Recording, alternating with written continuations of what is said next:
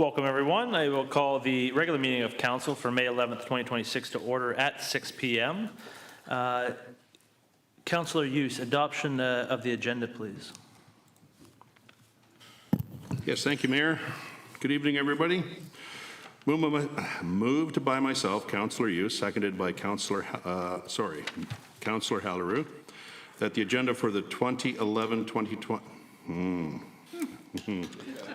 I'll start again. I'll become more focused. Moved by Councillor Hughes, seconded by Councillor Hallerou, that the agenda for the May 11th, 2026 meeting of the Council of the Corporation of the Town of Ingersoll be adopted as presented. Thank you very much. Discussion? All those in favor? Opposed? That is carried. Now that the adoption of the agenda is completed, then it calls for disclosure of pecuniary interest. Councillor Bowman, please. Thank you, Mayor. I'd like to declare a conflict on would be item number 6 on the agenda. Committee of Adjustment Report CP 2026-146, 167 Thames Street South, as the applicant is a customer of Millcreek. Thank you very much. Are there any further disclosures? Seeing none.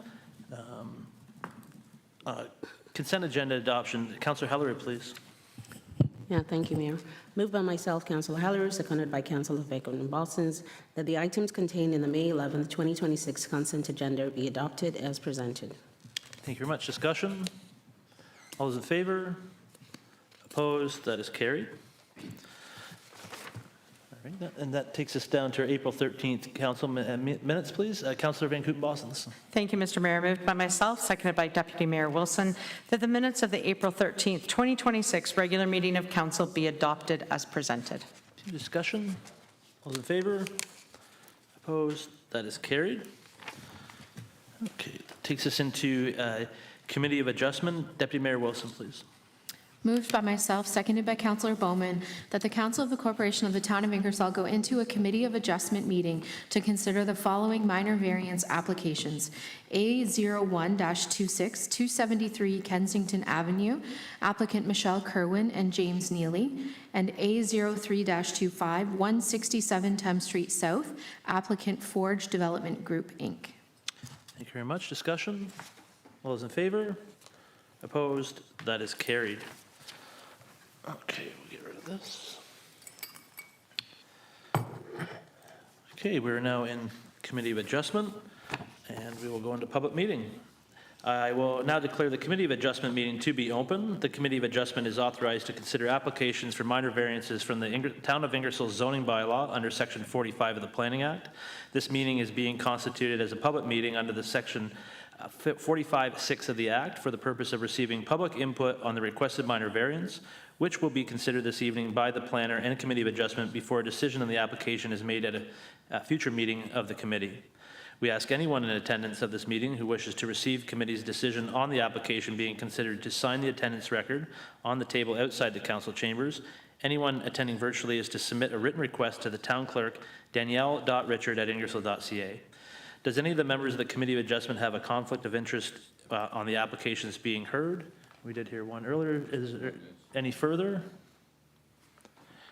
Seeing none, the first application to be heard is A-01-26, Michelle Kirwin and James Neely, 273 Kensington Avenue. Has the Secretary of the Committee received any additional correspondence on the application that is not noted on the agenda? I have not. Thank you.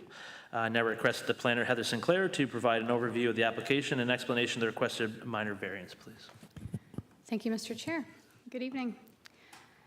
The first application on tonight's agenda, application A01-26, has been requested for relief from section 5.19, maximum driveway width for residential zones, to increase the maximum permitted driveway width from the 50% of the front yard to 58%, and relief from section 7.2, the R2 zone provisions with respect to lot coverage, to increase the maximum lot coverage allowance from 40% to 46.3%.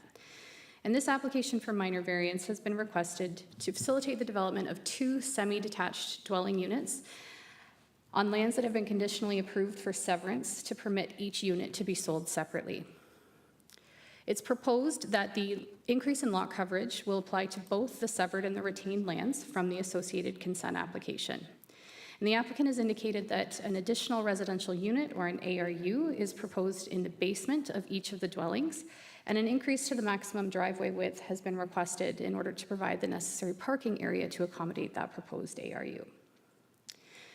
The subject lands are located on the west side of Kensington Avenue between Clarence Avenue and Northtown Line, and surrounding land uses are predominantly single detached dwellings and semi-detached dwellings. The subject lands previously contained a single detached dwelling, which has been removed, and the property is approximately 603 square meters in size, with 18.2 meters of frontage on Kensington and a depth of 33.2 meters, and once severed, each property would be half of those dimensions. Planning staff will be bringing back a report to the committee outlining the proposal under the 4 tests of a minor variance, as well as a review of any comments that have been received from the public, which we have not received any to date, and comments from staff, and we'll be bringing that forward with a future meeting with a recommendation. And I'm available for any questions. Thank you very much.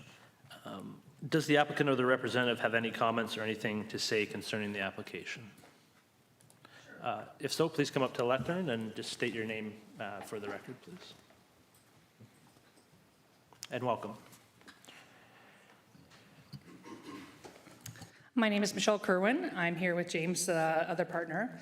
One thing I just want to, I really do want to build the ARUs. It's important for me as investors in town, from community member, that we have those 2 rental spaces. We are planning on holding onto the property and renting them out, so we'll provide 4 new rentals for Ingersoll.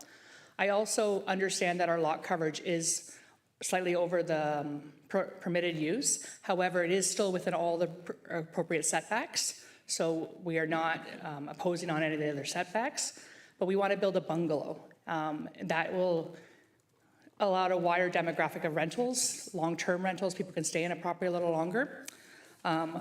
Personally, I've noticed on the street itself, when the lot coverage doesn't allow for the 2 parking spaces, but the homes are being used by people, grown children who are staying in the property longer, that they're dumping gravel on the grass and parking there, they're parking on the grass. I'm just trying to build it right the first time.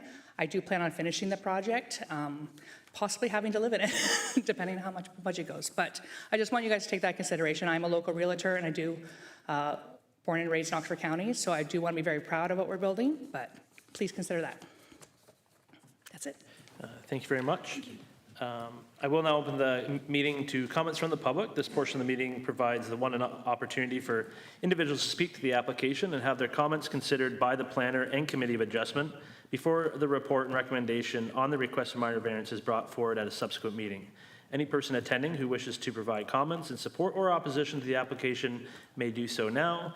Please approach the lectern and state your name and address for the public record. Is there anybody who'd like to? Yeah, please come forward. Welcome.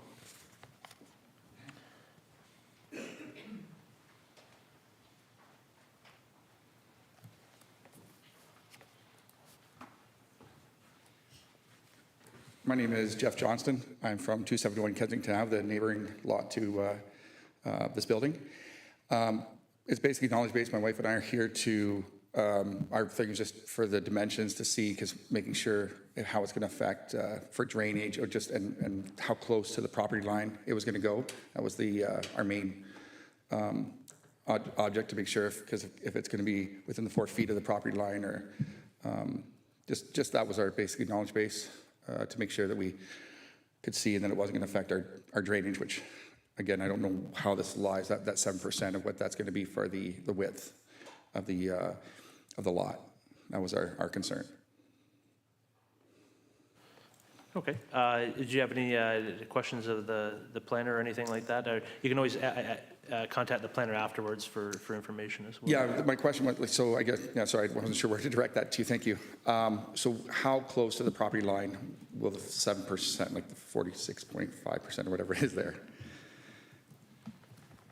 Through you, Mr. Chair. So as the applicant indicated, they will be meeting all setback requirements. The setback requirements of the zoning bylaw are dependent on whether or not an attached garage is proposed. In this case, I believe an attached garage is proposed, which makes the setback requirements 1.2 meters, which will be met in this instance. So they are meeting the front yard setbacks, the rear yard setbacks, the interior side yard setbacks, but ultimately the dwelling itself will be slightly larger than what would be permitted by approximately 6%. Okay. From a coverage perspective.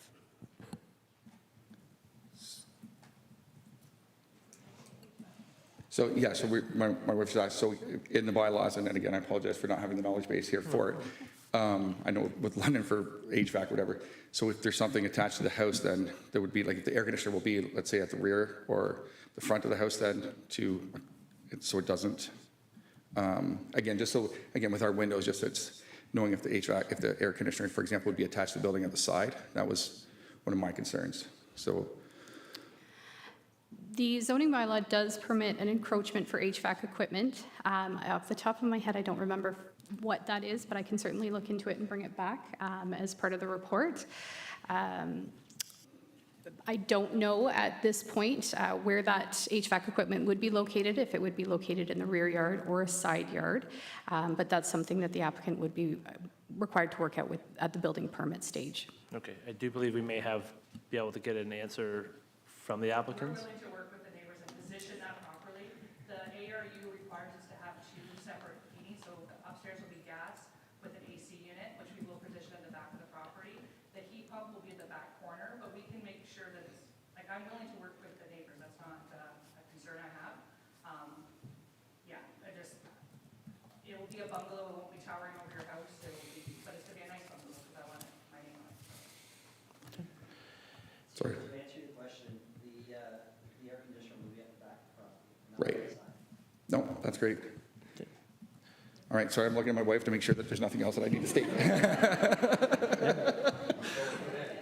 that's right. Thank you, guys. Thank you very much. So maybe I might suggest you exchange information just for contact purposes. And I actually put a drawing on the post sign so they knew what I was. Excellent. And I appreciate, this is the forum for it to be able to get those questions answered. So I appreciate everybody coming out this evening. Is there anybody else who'd like to speak to the application?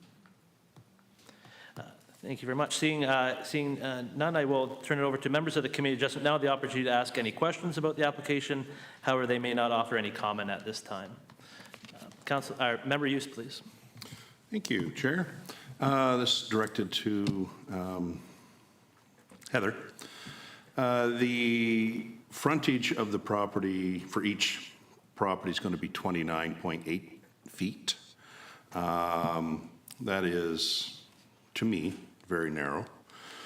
Is that going to be consistent with moving with duplexes and that type of thing moving forward? Through you, Mr. Chair, yes, so 29.8 feet equates to 9.1 meters, so that each property will be 9.1 meters wide, and the minimum in the zoning bylaw is 9 meters. So it does meet the minimum requirements of the zoning bylaw. Any further questions from the committee members? Okay, seeing none. If there are no further comments or questions, then the public meeting for this application is concluded. The application will now be scheduled to come before the Committee of Adjustment at a subsequent meeting, during which the planner's report and recommendation will be considered and a decision will be made.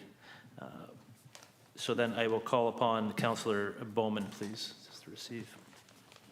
Yes, Mr. Mayor. Moved by myself, Councillor Bowman, seconded by, or Member Bowman, seconded by Member Hudson, that the Committee of Adjustment receive report CP 2026-137 as information. Thank you, Member Bowman. Discussion? All those in favor? Opposed? That is carried. Since Member Bowman declared, I'll give him a second to vacate.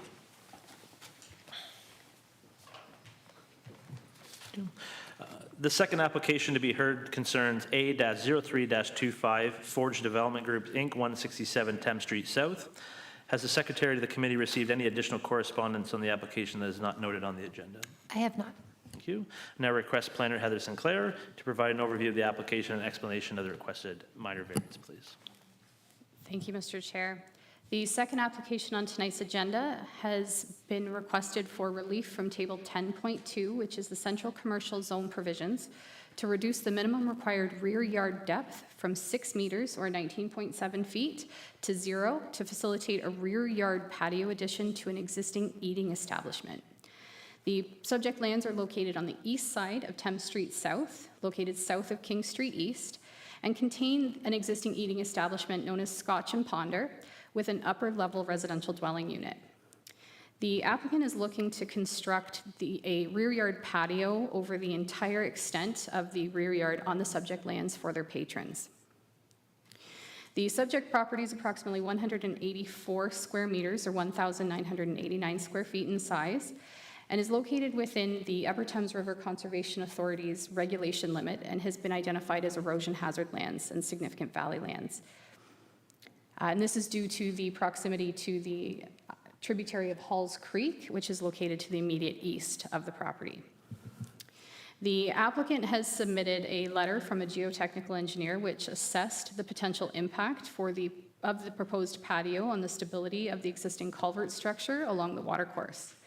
As per this letter, the development includes the construction of a retaining wall along the rear lot line of the property, which will include backfilling in the patio area and the construction of a concrete deck, which will be approximately 7 meters or 22.9 feet from the culvert containing the Halls Creek tributary. So staff will be bringing back a report reviewing the application under the intent of the official plan for lands designated as the Central Business District and the zoning bylaw for lands designated as Central Commercial, together with all comments that we've received from staff and any comments from the public, and will provide the committee with a recommendation at a future meeting. Thank you very much. Does the applicant or their representative have any comments or anything they'd like to concerning the application?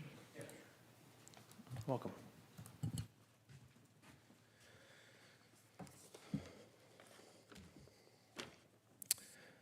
Good evening, Mayor, members of the committee. My name is Scott Van Scheindel, and I'm here speaking on behalf of Forge Development Group and Scotch and Ponder at 167 Thames Street South in Ingersoll. First, I just want to thank planning staff, building staff, and the committee for their time reviewing our application. I also want to specifically acknowledge members within the building department who have been proactive, collaborative, and very solution-oriented throughout this process. As someone who's worked through development and building processes in several Ontario municipalities over the years, I can genuinely say that the level of engagement and willingness to work through challenges constructively has been greatly appreciated. By way of this application, we're seeking relief to permit this rear patio addition associated with the existing establishment.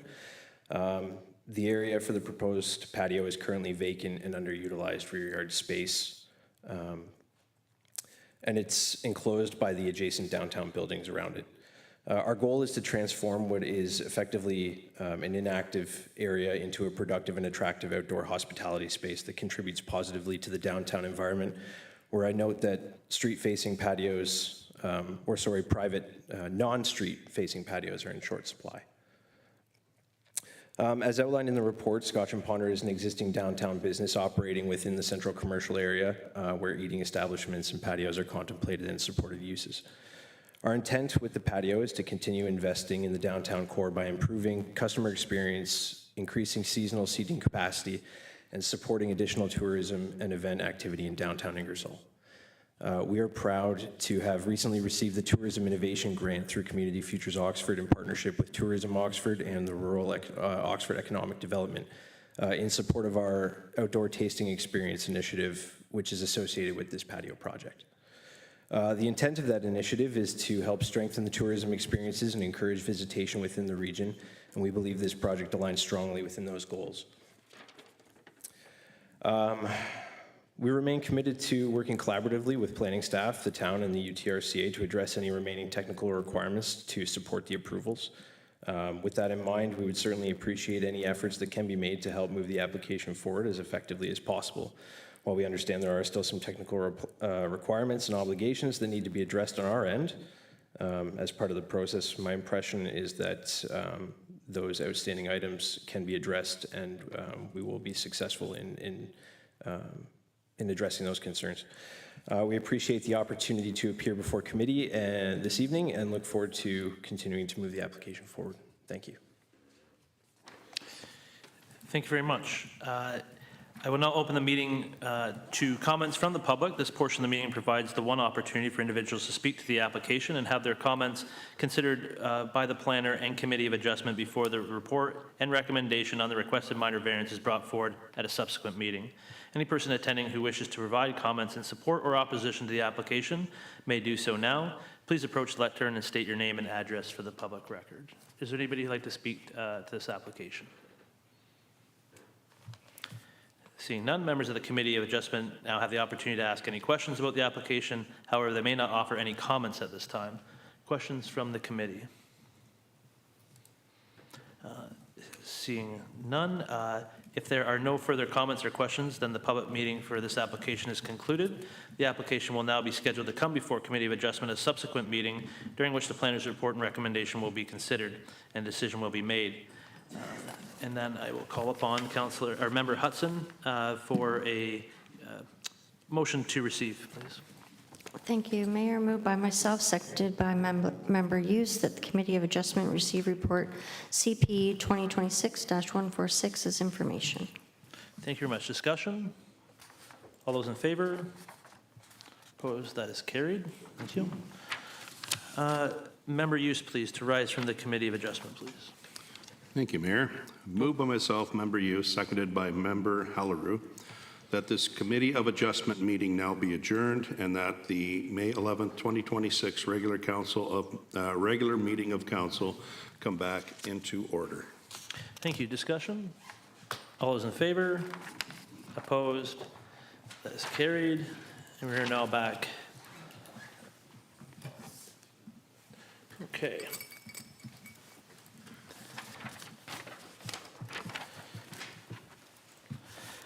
That takes us to our delegations and presentations. The first is Patricia Marshall de Sutter, Ingersoll DEI Committee request for sunrise ceremony. Welcome.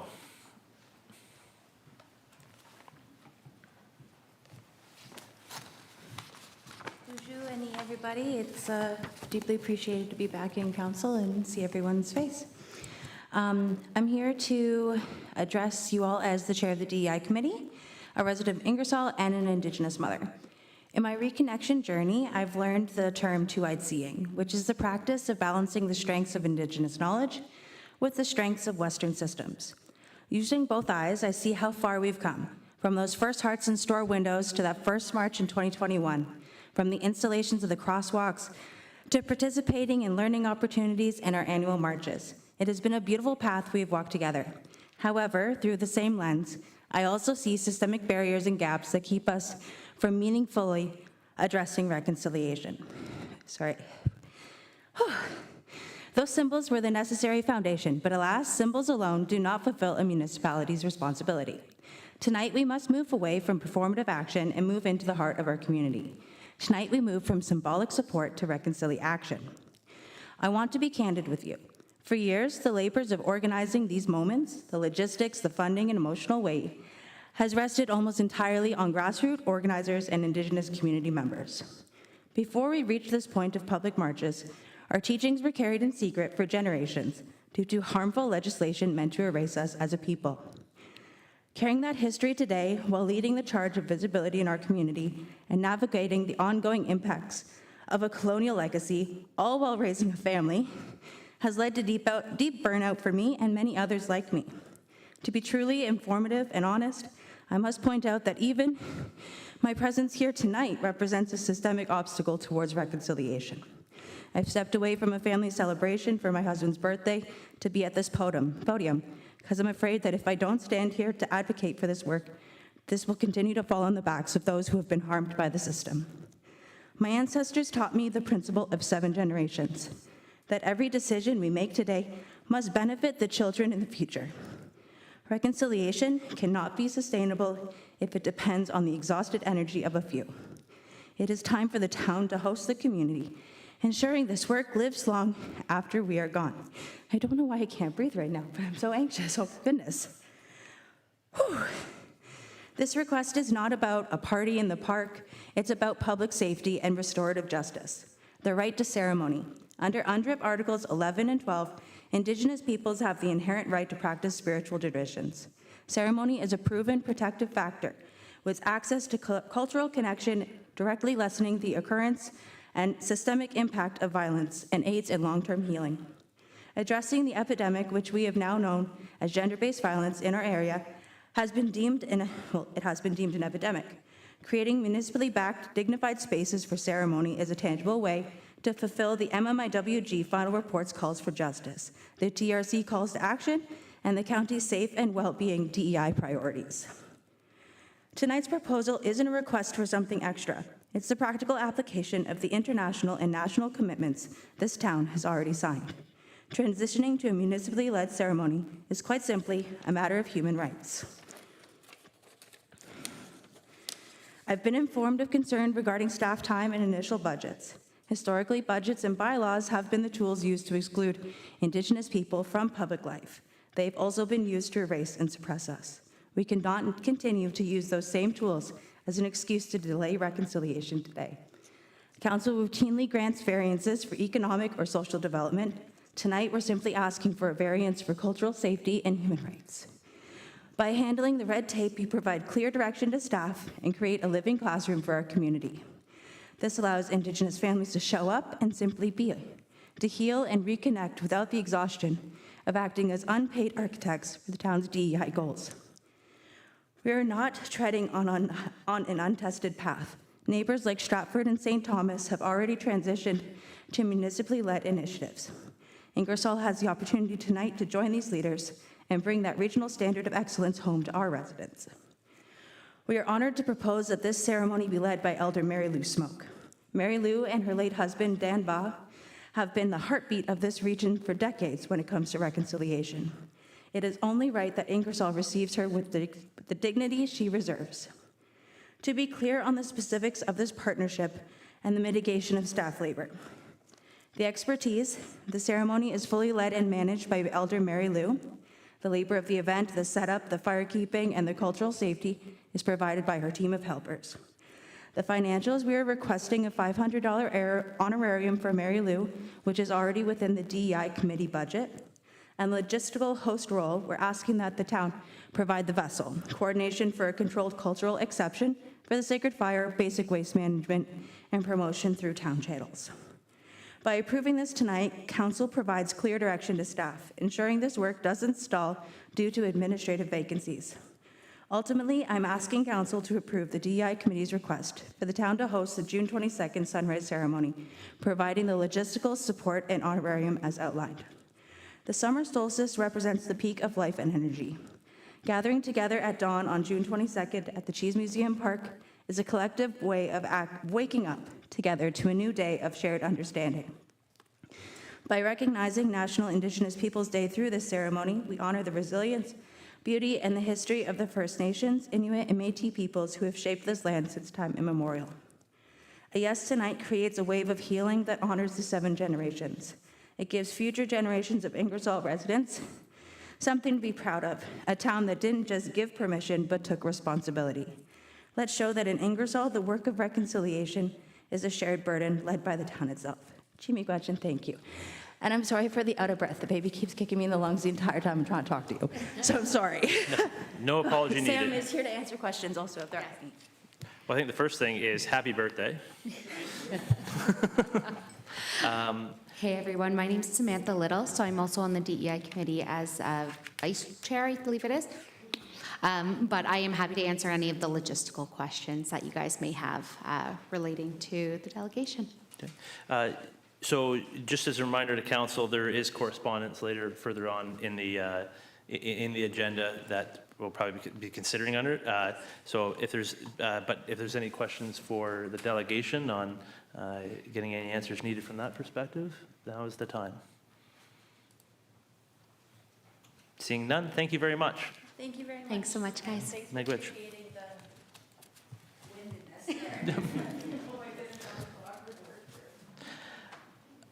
So with that, I will call on Councillor Hallerud, please.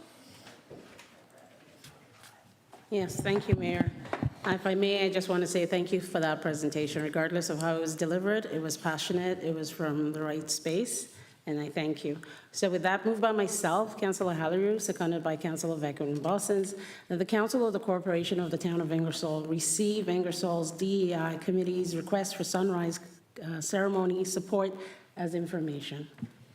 Thank you very much. Discussion? All those in favor? Opposed? That is carried.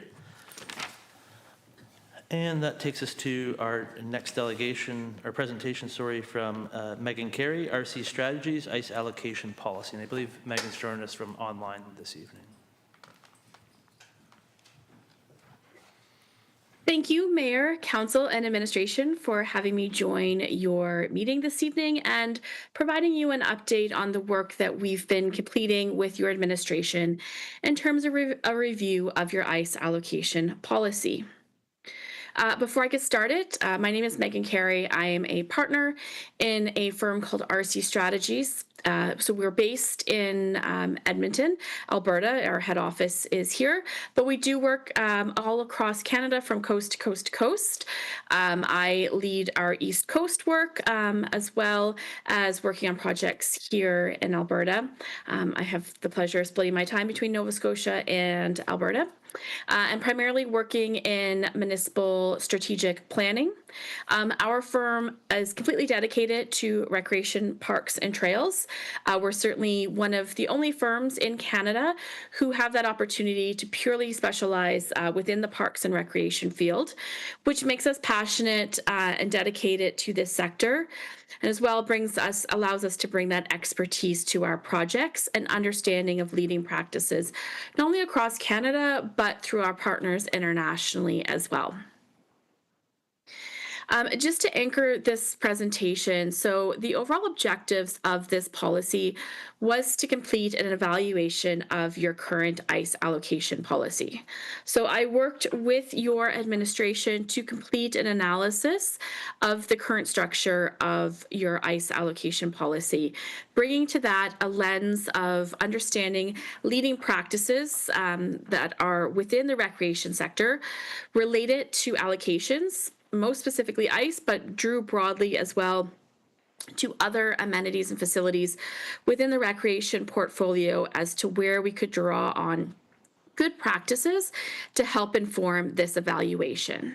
Our directive from your administration was to provide practical direction on your policy and procedure, taking an equity lens to this evaluation to ensure that recreation ICE opportunities are available and accessible to all residents of Ingersoll. I think it's important just to anchor what we know about good allocation processes. Not in this, first off, to say they are challenging. Allocation setting and fees and charges are probably two of the more challenging pieces that your administration is going to deal with within their portfolio. We know when we look at allocation and when we see successful pieces related to allocation, we see that we want them to be fair and equitable across various needs. And this is really challenging as we're seeing shifting community preferences. We're seeing different activities come into play, and ensuring as well that we're thinking not just through structured sport, but that we're allowing for unstructured activity to occur in our facilities as well, right? It's important to note that our facilities are not just there for structured play, but for unstructured play as well. Typically, I would say if we look to allocation practices, 10, 15 years ago, really based on historical usage patterns, we would just kind of move forward with where our traditional partners that we had. And that was quite often when we'd look at policies and we'd see how priorities were set, they were really based on these historical patterns. But that process has highlighted the inequity that exists within allocation. And if we continue with that pattern, that we don't allow for new activities to come in, we don't allow for new groups or previously underrepresented individuals within our activity spaces to be able to participate. We also know without clear policies that there can be some misunderstanding about how decisions are being made. So a really good allocation policy is going to be transparent. It's going to be clear, plain language so that the decision-making process is easily understood.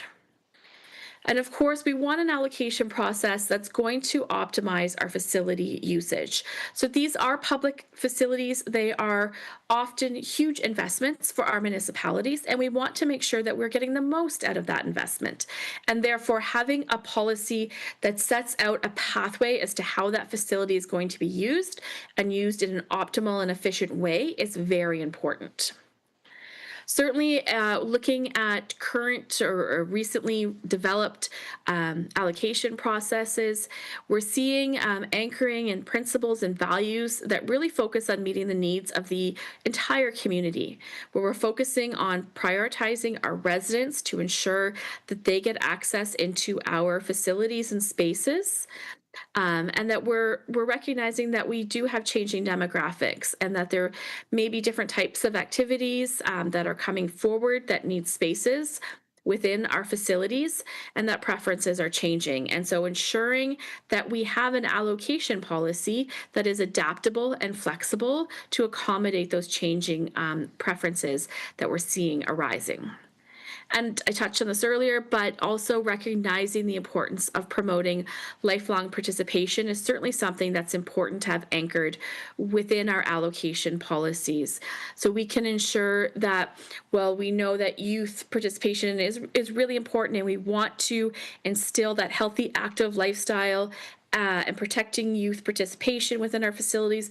We know that there's also great benefits that come to adults and older adults within our facilities. And so how are we thinking through the lifespan of participation within our facilities and ensuring that that is considered within how we're structuring our decisions for allocations? So as I mentioned, we went through and conducted essentially a line-by-line analysis of the allocation policy that you have. The draft report provided to your administration begins with an overview of leading practices and a variety of case studies of various policies that we analyzed to give context to our recommendations. And then within the body of the report, providing recommendations on a few on key places throughout the policy that we think could be amended into the future. There are a few key pieces that I want to draw your attention to this evening. First, I think it is important to say that the policy is well structured. It has processes and key terms that are well defined, and that supports clarity and understanding within the user groups who will be looking to this policy for direction, or general residents for direction around how they're going to get access or use your facilities.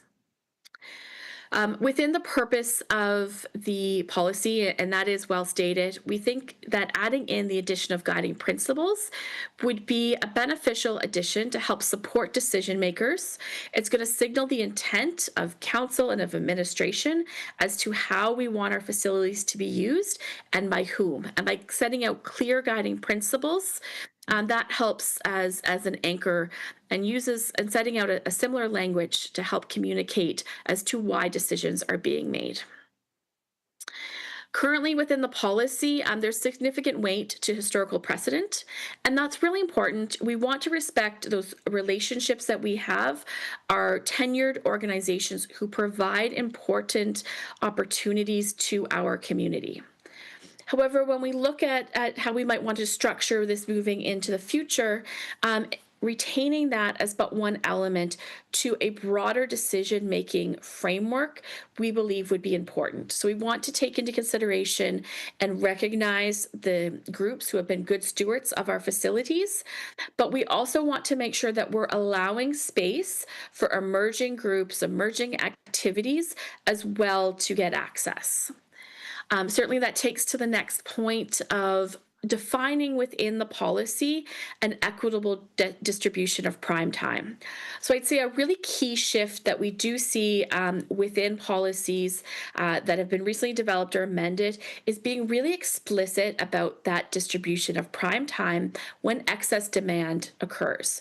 So when we have excess requests for a specific time, that it is not just necessarily a first come, first serve, or that a time, maybe if you've had it, we never want an organization to think they own a time. And so when we have this excess demand, we want to think about how we might be able to distribute that between non-prime time access and prime time access. And so clearly stating that out within the policy, we believe would be a really important step forward and helping to ensure future implementation and allowing for growth within access to facilities. As part of that, we want to also ensure that we're doing appropriate data gathering and tracking.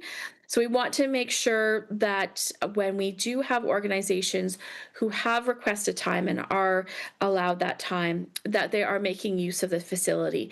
So tracking any usage, any non-usage of booked time and reporting on that on an annual basis will be an important tracker to ensure that we've got that right distribution. So we want to make sure that all of the time that's being booked is being used, that we don't have what we refer to in the sector as black ice happening, and that's where the ice has been booked, it's been paid for, but it's not being used, because that's not a great use of your facility, and that's not maximizing community benefit.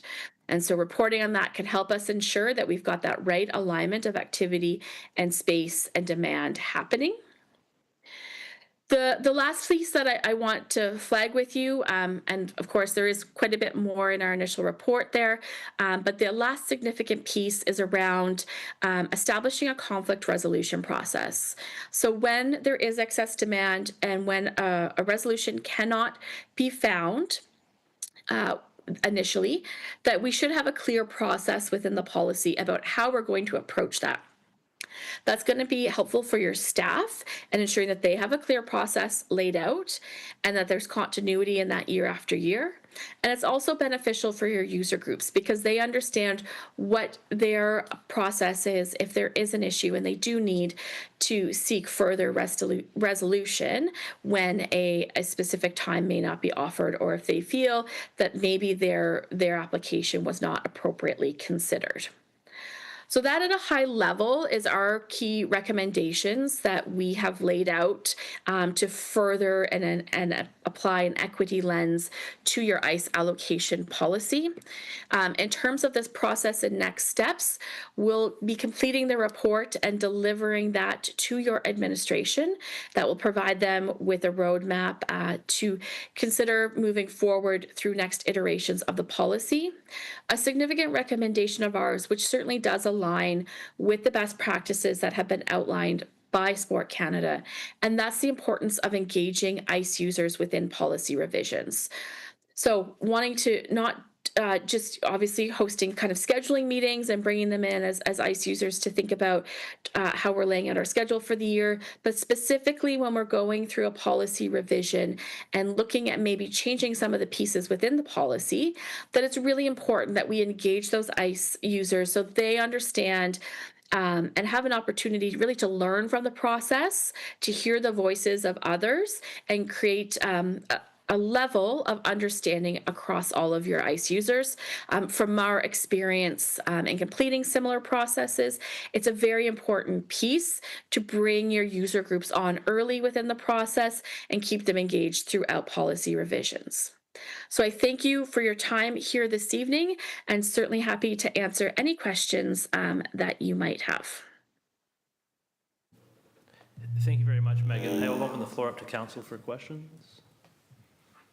Deputy Mayor Wilson, please. Thank you, Mayor, through you. I have a question that I think is probably complicated, but perhaps you've found a solution in your work. But a lot of policies rely on a certain percentage of residents as kind of the baseline for getting access. But organizations will never grow to that percentage if they don't have access to the facility to grow their program. So I'm curious how you've had solutions within a policy that provide like a path to that growth, because obviously if that's the only benchmark and there's no ICE time, like there's no way to grow to that 40%. So I'm curious if that has been addressed in anything you've seen. Through your worship, excellent question. Certainly, I think one of the pieces that we see that particularly important is with women and girls in sport, and so looking at that participation.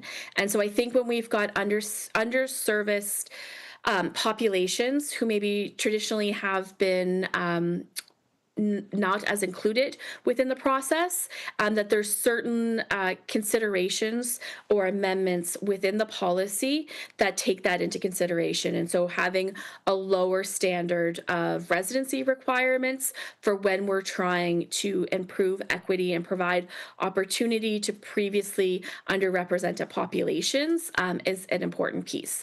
Now, in saying that, that is a challenge. I have seen it in other jurisdictions in terms, actually in an aquatic example, and that had to relate to participants with disabilities. And so that particular, within that structuring of allocation decision, they removed the residency component completely, and that was for specifically when dealing with requests from equity deserving groups or groups that hadn't traditionally been included within the allocation process. Further question? Go ahead. Thank you, Mayor. Through. Another question. In our current policy, we leave it up to the associations to determine the standards of play. So if they decide they want their A teams to have 5 ice times a week, that's what they put in for and that's what they get, even if that's at the expense of other associations accessing the facility. I'm curious if there was consideration for standards of play in how prime ice was allocated to associations. Through your worship. So another great question. That is considered within the recommendations. Within the standards of play, obviously, we would want to be aligning with Hockey Ontario and Hockey Canada as to how they've mapped out those standards of play and what is appropriate at different age ranges. I would caution that we often see clients where that they adopt the standards of play within their allocation policy, thinking that's going to kind of solve the issue and we'll have a better distribution. The challenge with it is that you don't know if that organization isn't going out to another neighboring municipality and hosting games or practices and then going over what that standard of play is. So it does also create some additional burdens on your staff to calculate those times, to enforce it and manage it. Certainly it's an important piece of the overall puzzle to this, and it should be included within future versions of the policy. Councillor Halleru, please. Thank you, through your mayor. So I understand that our staff definitely had information when it came to the general region and how our playtimes were allocated. We wanted to get some new perspective on how we could equitably do this. And I just wanted to say, do you have a formula that is more transparent, that is basically across the board that we expect that you have, that would at least give us some comfort that that is, in the past? Through your worship, I would not say that there's a set formula. So our task was to review the policy and provide direction or recommendations as to how it might be enhanced. And that is within the report. We have certainly identified areas where we can strengthen language and make amendments to the policy to have a broader equity lens. The piece around setting out the conflict resolution when excess demand exists, our recommendation there is to set out a broader decision-making framework. So in other communities that we've worked with where we've developed a full policy for them, it's about setting out a criteria that helps you make decisions. So it's essentially a scoring matrix that we would recommend you that get developed, and that looks across various criteria that is deemed to be in line with the values and context of your community to then help make those decisions. But certainly because there's standards of play that do exist that need to be respected and they are different for hockey, for figure skating, for speed skating, that our recommendation would be around looking at what kind of criteria you want to make those decisions, how you're going to prioritize based on different criteria. But I wouldn't in no example is there really an easy formula for it to say, this is exactly how you're going to manage out your allocation. It would be lovely if there was, but that's it. In practice, it does not work for most municipalities, in our experience. Thank you very much. Further questions? Deputy Mayor, please. Thank you, Mayor, through you. My last question. I find the challenge with an ICE allocation policy is it kind of tries to put borders around something that doesn't actually have any borders anymore.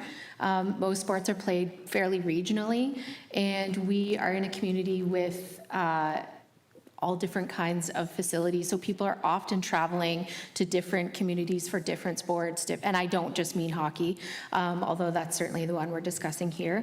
I'm wondering if you have any recommendation or consideration to kind of add to the conversation that helps people understand the regional nature of recreation for youth. Through your worship, so very good question. I think as a sector, how we tell the story of recreation is really important.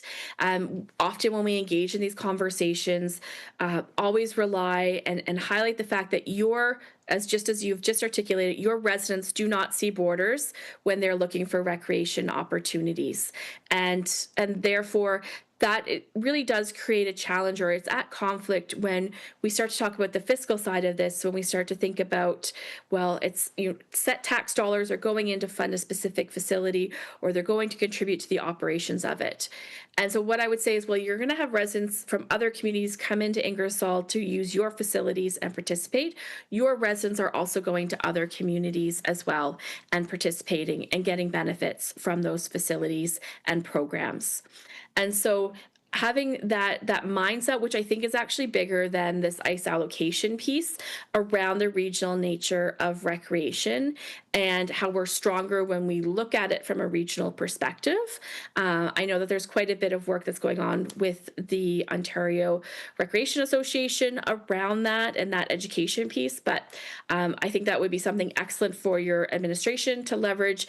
You can share your social media and use that as a promotional tool to talk about the regional nature of recreation, because those who are using the facilities and those who are in it understand it, but our broader tax base who might have concerns, and we talk about other essential services and other services to the community, and look at kind of funding opportunities, having that broader understanding of recreation truly is regional now, and the benefits that come from that would be a really great step forward. Thank you very much. Further questions? Seeing none, thank you very much for your presentation. Thank you so much. I'll now call on Councillor Van Kooten-Bosens, please. Thank you, Mr. Mayor. Moved by myself and seconded by Deputy Mayor Wilson that the Council of the Corporation of the Town of Ingersoll receive RC Strategies ICE allocation policy review as information. Thank you very much. Discussion? All those in favor? Opposed? That is carried. Okay. Concludes our presentations and delegations portion. We'll now go to staff reports. Our first is CP 2026-134, and I will turn that over to Heather Sinclair, the letter, please. Thank you, Mr. Mayor. So at Council's public meeting on April 13th, you heard an application for zone change to rezone the easterly portion of the subject property, which is located at the south end of Walker Road, lying east of Winders Trail, from General Agricultural Zone A2 in the Township of Southwest Oxford zoning bylaw to a development zone in the town's bylaw, to fulfill a condition of consent that will sever the subject lands, which are shown in red on plate 1 of the staff report, from the agricultural lands located in the Township of Southwest Oxford to the east. The purpose of the zoning amendment is to ensure consistent zoning for the entirety of the lands to be severed and to bring them under the jurisdiction of the town zoning bylaw. It's anticipated that future residential development will occur by way of an application for draft plan of subdivision. Planning staff have reviewed the application, and we are of the opinion that the proposal will facilitate appropriate residential growth within the town in accordance with the direction of the provincial planning statement. Further, we're satisfied that the proposal will assist with providing additional lands for residential development that can be considered appropriate infill, utilizing existing municipal land, infrastructure, and public service facilities. Planning staff are also satisfied that the proposal conforms with the policy direction of the official plan with respect to the low-density residential designation. And the application will facilitate future residential development that's consistent with the direction of the recent Southwest Ingersoll secondary plan.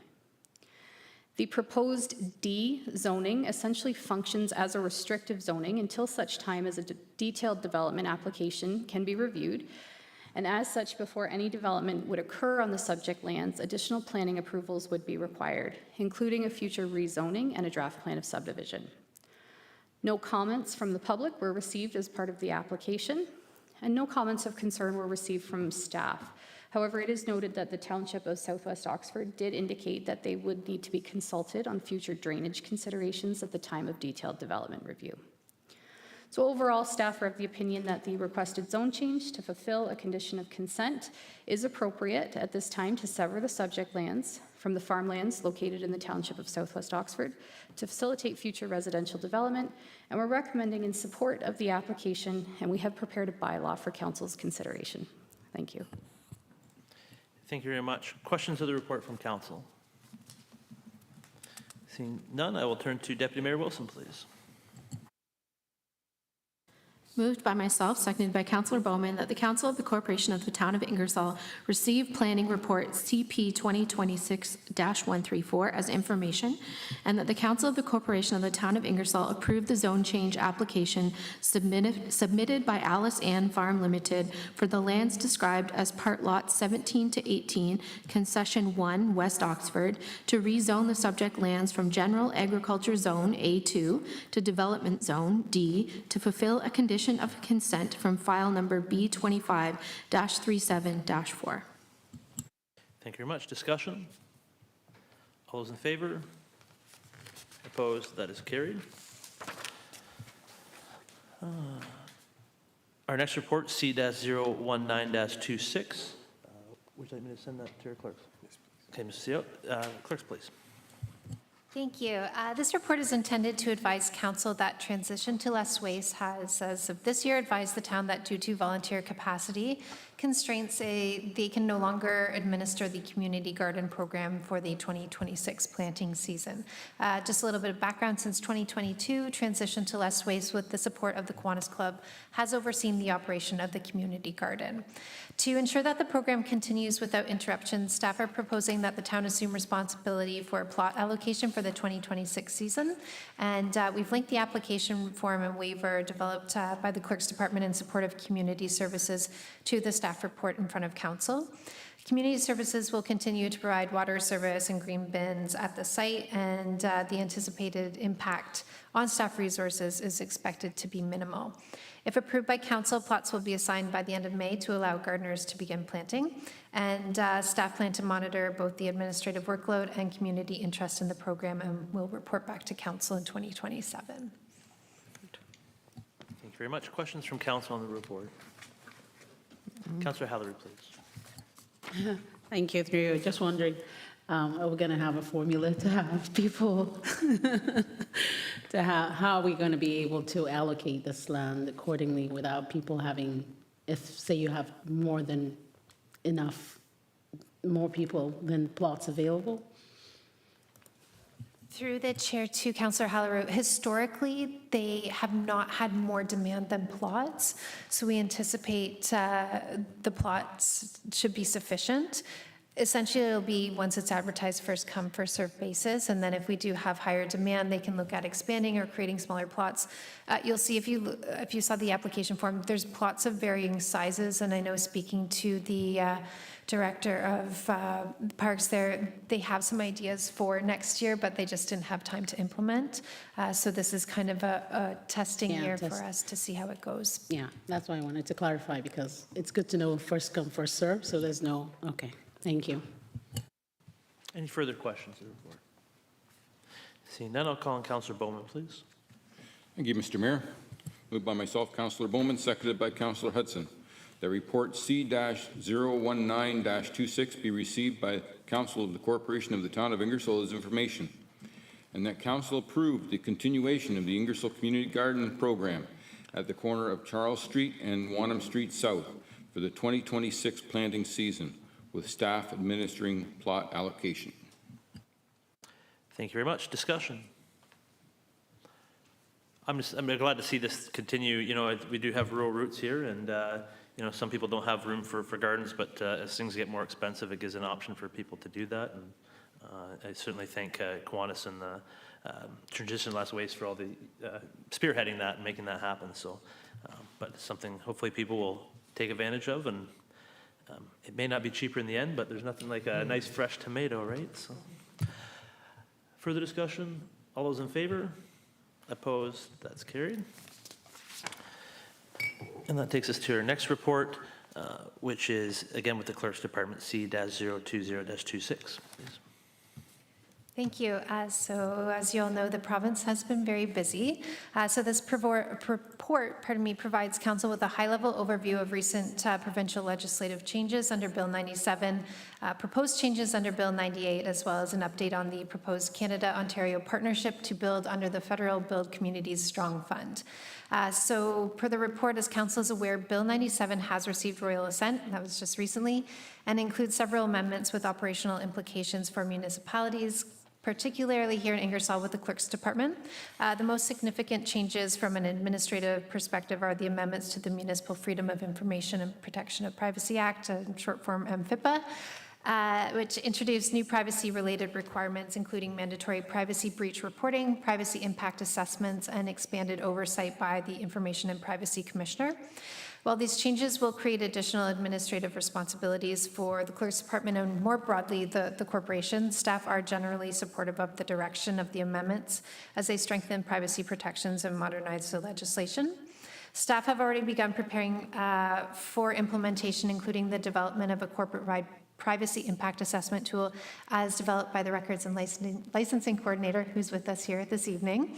And we are just awaiting regulations to understand the implementation and administration details of these changes, and we'll provide Council with further updates as we deem necessary. The other significant change ushered in under Bill 97 is, of course, the consolidation of the conservation authorities, which we have previously discussed here in Council chambers. With respect to Bill 98, the legislation is still before the legislature, remains subject to change, so it is in second reading right now.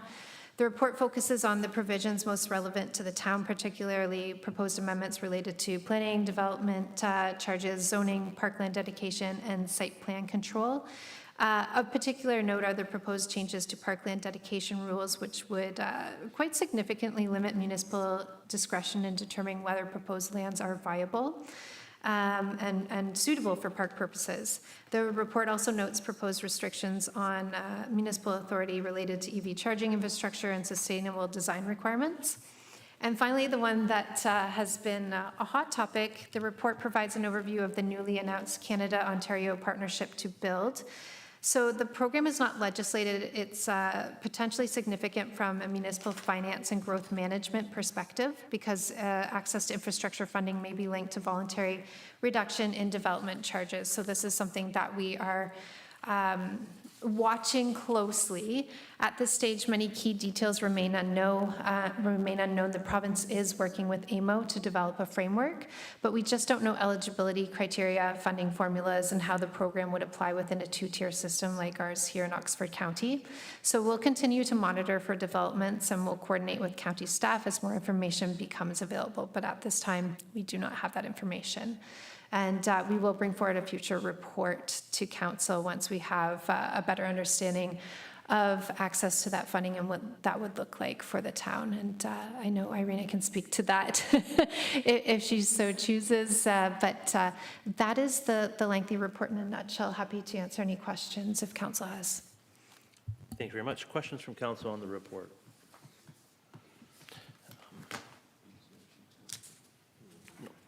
I don't have any comments, but I have questions, so I'll wait for Councillor Hudson, please. through you, moved by myself, seconded by Councillor Hughes, that the Council of the Corporation of the Town of Ingersoll receive staff report C-020-26 as information. Thank you very much. Discussion? Well, shocker. First of all, thing I want to mention is the Conservation Authority Act changes.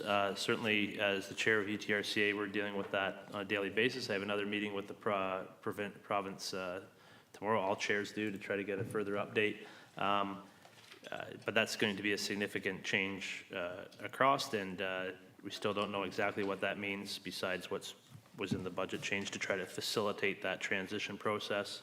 There's nothing really released as far as what further constitutes those changes will have or try to achieve the government's prerogative on that file. And I think that's the problem with some of these is that certainly within the government's right to make new legislation that affects us, but when it comes to the funding model, you know, it could possibly slow development down when it comes to this build fund, because when you make an announcement and there's no substance to go with it, there's no legislation, there's no rules, there's nothing what it is besides an announcement. And so it puts a lot of stress on, you know, certainly from a development community, I would be very interested in this because I want to be able to make investments and know when that is. But our clerk's departments from around the county and at the county are all feeling the same questions about what does this mean? And unfortunately, it's impossible to answer something when the federal government or the province has not released any information. So I would ask for patience within the community and direct those questions really towards that level of the federal and provincial level to try to have them some sort of announcement and legislation to be brought forward that way. But I agree that the other one that I want to highlight is the parkland dedication. Certainly, traditionally, there's lots of discussions about where that should be, and from a development standpoint, nobody wants to give up developable land. But when we're talking about parks and services, that adds cost to our residents when we develop that parkland, and it may not be usable at all. So not to have that say is again tilting the direction towards the development community and less towards community say, which I think is you know, it has to be a balance, but it seems to be going one way at this point. Any further discussion? Thank you very much for the report. All those in favor? Opposed? That's carried. And that takes us to a parking permit update to the clerk's department again. Thank you. Thank you. So this report provides an update on the permit parking allocation program approved by Council in February and implemented on May 1st. So the Oxford Street South and Market Lane South lots are now fully allocated. The Oxford Street South lot required a lottery process, and there is currently one applicant on the waiting list. Staff anticipate this individual may be accommodated next year in the Market Lane South lot once redevelopment of that lot is complete and the accessible parking space has been reallocated. So just relocated to the row behind it. Demand for the Market Lane North lot, however, has been significantly lower, with only 2 of the 14 available permits issued.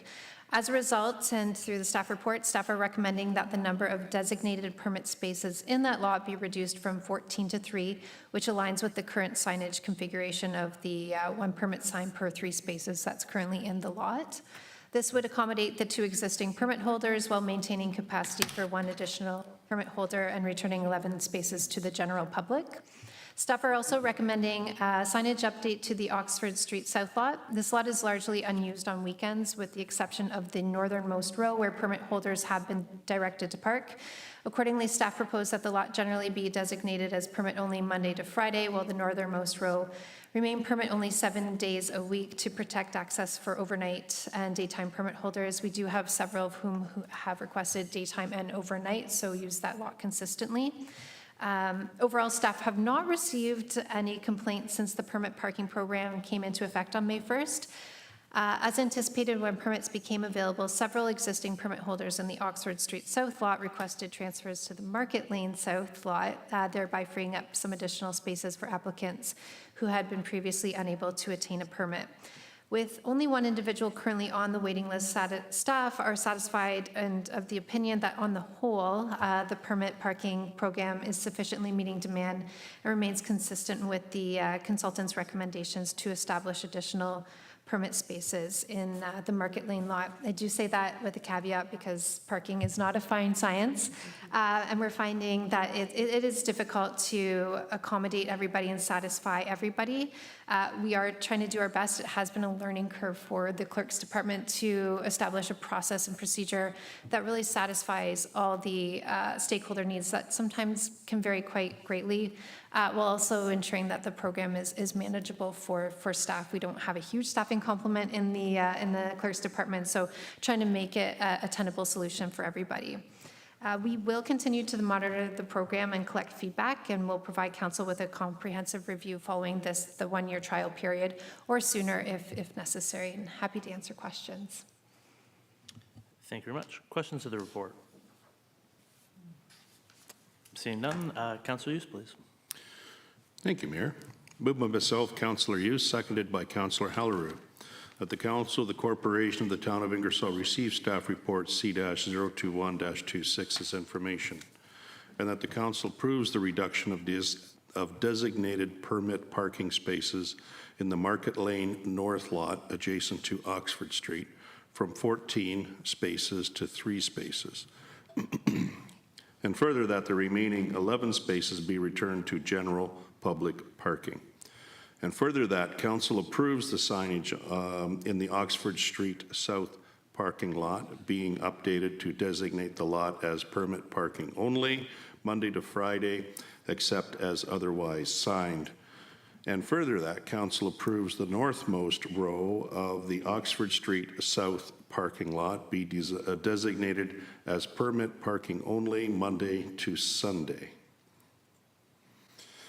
And further, that the council delegates authority to the Chief Administrative Officer, CAO, to adjust the numbers of designated permit parking spaces within the Market Lane North lot up to a maximum of 14 spaces based on observed demand and operational requirements, and to direct corresponding signage changes as required. Thank you very much. Discussion. All those in favor? Opposed? That is carried. Thank you. And we will go back to the clerk one last time. Thank you. This report relates to the current AMO delegation application window. It is open at this time. Currently, no members of council are registered to attend the AMO conference that we are aware of. Delegations are most effective when an elected official is present to speak directly to council's position on key issues. With the current term nearing completion and nominations now open, staff are not aware of any outstanding advocacy matters that would warrant a new delegation request at this time, and therefore we don't have any to recommend to council. However, should council identify any matters that you wish to advance, we will remain available to prepare and submit a delegation request as required. But a short report, happy to answer any questions at this time. Thank you very much. Any questions of the report? Councillor Hughes, please. Thank you, Mayor. When are the delegation requests closed? Through the mayor to you, I will have to look that up because I don't have it in front of me. I apologize, but I'll take a quick boo and I'll let you know in one moment. Okay, no problem.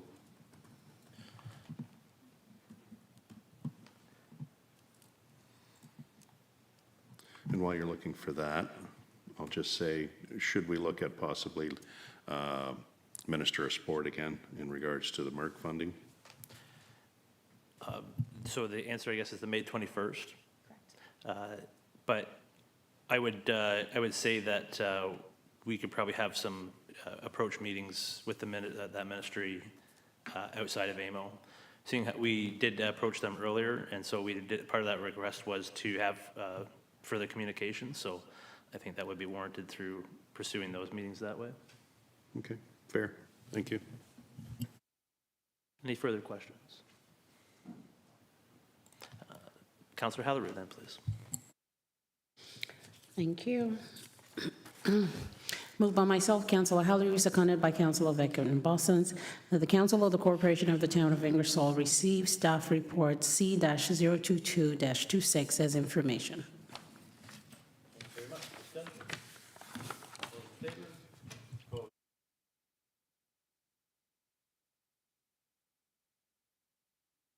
Next report is ED 008-26. Mr. Grace, please. Thanks, yes.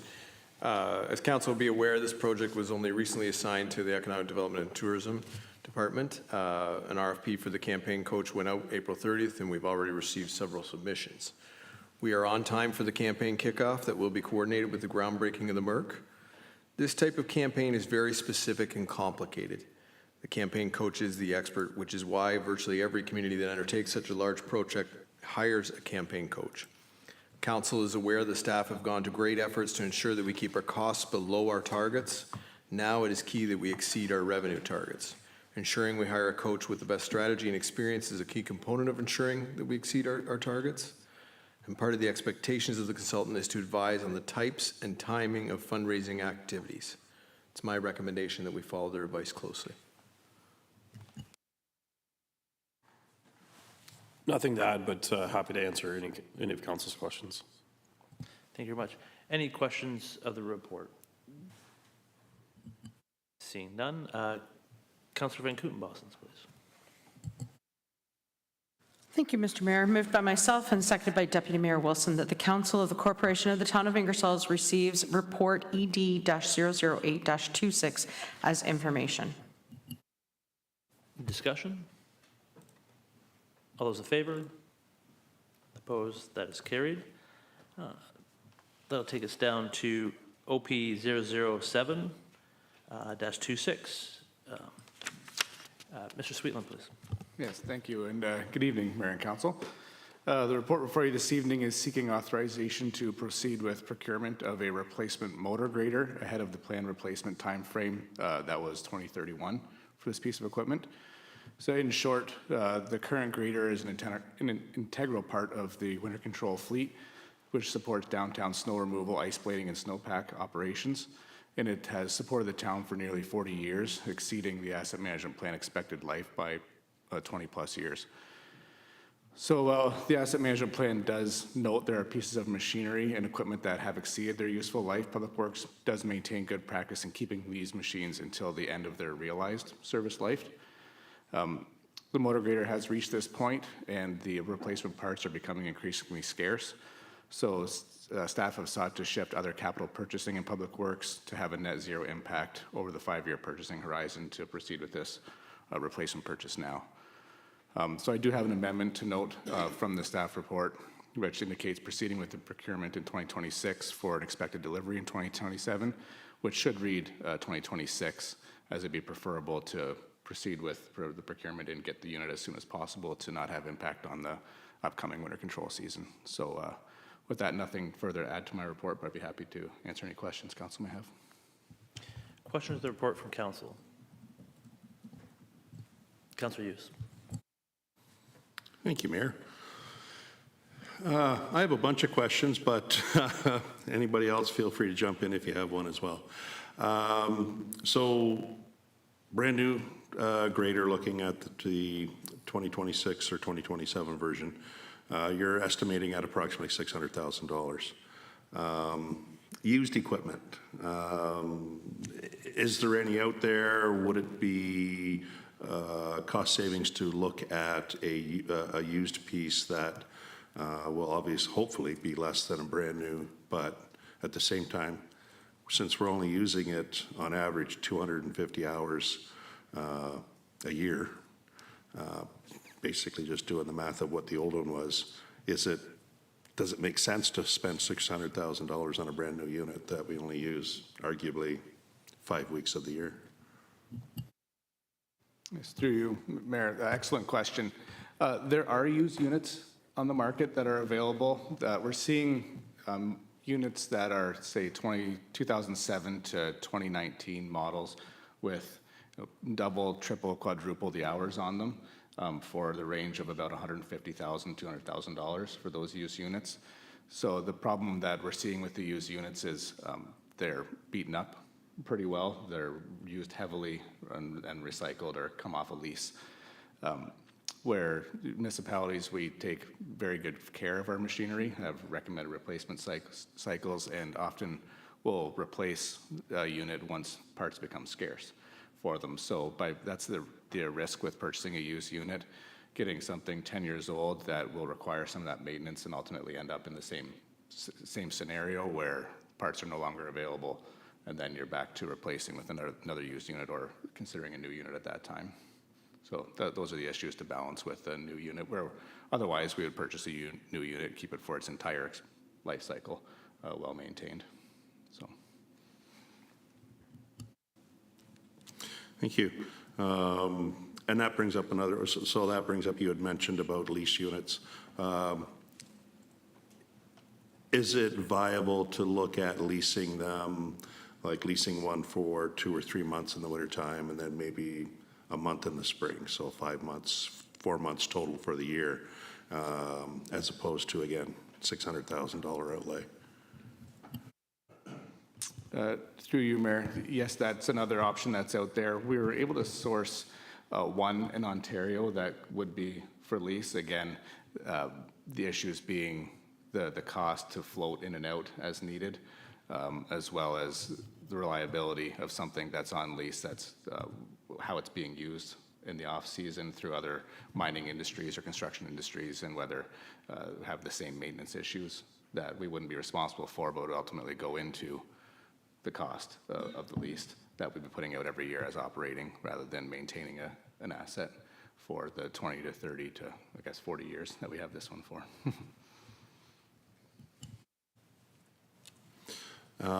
Did you look at any other equipment that we'd be able to use in place of the grader, but then we'd also be able to utilize into a different snow control, road control, anything to that effect, so that it does get more than the 250, 300 hours worth of work just in 1 year?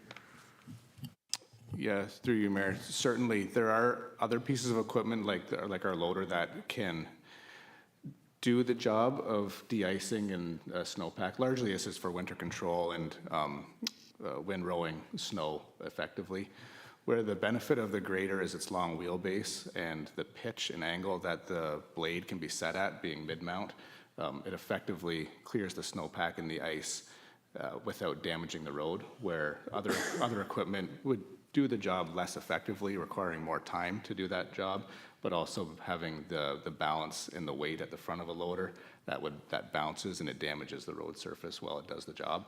So that's the go-to is the road grader for those operations, having minimal impact on the road and doing the job most effectively. Largely, this is a risk for our downtown streets, for the class 3 and 4 roads, where once per minimum maintenance standards, when the ice pack is realized, we have 8 hours to address it.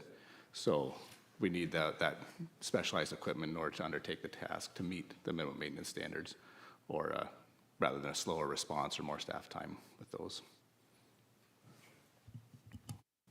And just one more? Oh, yep, absolutely. I just have one more. Okay, thank you. And the final question, what was the feedback from other municipalities where you'd be able to partner with them to share a grader, borrow their grader, rent their grader, when we need it? Through you, Mayor, yes, those options are also available. Again, the issue is with who is responsible when an issue happens, to cost to fix those issues and cost sharing, and then the response times, like I mentioned, with the time that we have to respond to those winter control events, where the other municipalities would be under the same pressure to clear their roads using their equipment, and then we would get it and often not be able to meet those MMS requirements in the time needed. Just to add to that, we've had this similar discussion at the county level because of the cost of a new grader for the county as well, but also the usage. And we looked at partnering with the lower tier municipalities. The issue is our lower tier rural partners that we would be able to partner with use them extensively in the winter months and stuff like that. So it's hard for them to ensure that availability would be there when needed. But yeah, and I'm with you on it's a lot of money. Councillor Halleru? Yeah, thank you. It's a lot of money, yes, but I look at it from a point of view of we're growing as a municipality, and I want to ask, is that the average that we've done in the recent past, or do you see a projection where we're actually doing more hours on this machine, which should actually potentially make us feel better about the cost? Because I do, my reverse question was going to be, do we stand a chance of actually renting it out to our fellow other municipalities if they actually wanted to kind of be a partner on that? And that was the reverse question you asked. Yes, through you, Mayor. I'd say it's less dependent on the population as it is to the significant weather events that we've been having through the winter. That, as we know, last year was a significant winter that we had that got a lot more use out of our equipment and then a lot more maintenance on our equipment. So as the weather is changing and we're seeing increased precipitation and snowfall, that's where these pieces of equipment really come in handy. I'd say for the town advertising our equipment for rent, that's something we typically don't explore, as we like to protect it and use it for our own use. And then again, the same issues with if it gets damaged, and then who's paying for cost sharing the administrative burdens and the maintenance of it with especially equipment. Not something we have explored in the past. Councillor Van Koot-Boston, please. Thank you, Mr. Mayor. Through you to Matt. Considering it's over its life cycle, I'm really happy to see that it's lasted the length of time. What do you attribute this to? I mean, do we do our own maintenance on it? Do we send it out for maintenance? How do we attribute the length that we've had it in that respect? Yes, through you, Mayor. It's very good preventative maintenance on equipment that municipalities are often good at with our fleet and our machinery. We don't have a licensed mechanic on staff that we'd use, but we do a lot of regular maintenance that we can do with our current union staff. Otherwise, following the recommended oil changes and the fluid replacements through outsourced mechanics and in the dealerships. But it's like our own vehicles, just following those recommended preventative maintenance practices and the low engine hours and use that our equipment does get. Further questions of the report? Seeing none, Deputy Mayor Wilson. Moved by myself, second by Councillor Bowman, that the Council of the Corporation of the Town of Ingersoll receive staff report OP-007-26 as information, and that Council of the Corporation of the Town of Ingersoll authorize staff to proceed to procure a motor grader in 2026 for expected delivery in 2027, and that staff make the noted capital adjustments in 2027 to 2031 as shown in this report for consideration in the 2027 capital budget update. Just a question. The copy I have says deliver in 2026. It was stated 2027. Would staff prefer 2026 or 2026? 2026. 2026. Would the mover be willing to? Are you saying? Yes. Perfect. So, and the seconder is good with that as well? Okay. Discussion. Well, I think there's two ways to look at this, and I think that do we ever want to put out $600,000? No. But I think that there's been a time period where we haven't had to put off money because it's lasted so long. And unfortunately, it is a specialized piece of equipment, and it's you either have one or you don't. I know like Zora has about 5 of these. And they go through them. They have a lot of high hours because they use them on all a lot of gravel roads. We're fortunate not to, and so there is cost savings there of having paved. And I like that it is staff is be able to move stuff around, so there's not a budgetary impact. And I appreciate it's one of those things where asset management is a tricky thing. The longer you try to run something out, there's benefits to it, but there's also it can also go, and now the transmission's going and you need this piece of equipment. So it's still able to be move things around and make it neutral. So I think that's a good thing, and we've probably got the better end of the end on this one. 39 years is a long time. 37, sorry. 37 is a long time. Yeah, I'm 43, and I'm pretty much well past my good date. So. So I think that's, I appreciate all the work that's gone into that, and if we got that other piece of equipment, we'd be sitting pretty, so I don't have a problem supporting that. Any further discussion? All those in favor? Opposed? That's carried. And that takes us down to Treasury Department, T-012-26, operating budget variance, which that may affect that last decision. The next report. Maybe the last report, not the next report. So this first report provides council with a financial overview of the town's operations for the first 3 months of the year, ending March 31st, along with the status update on capital projects. Overall, the town is currently projecting a small operating surplus of approximately $74,000. It's for the first quarter. At this time, departments are indicating they expect to remain on budget by year end with no significant financial risks identified. So looking at on the revenue side, we're seeing that the membership revenues are trending over budget, primarily due to stronger than anticipated enrollment at Victoria Park Community Center. The Treasury has also realized additional revenue of approximately $16,000 through the HST refund recoveries. And in addition, the fire department secured $16,000 grant to purchase some of the decontamination system, which was not included in the budget. On the expenditure side, there are some expected seasonal pressures. So the Public Works is reporting higher payroll expenses due to increased overtime associated with winter maintenance activities.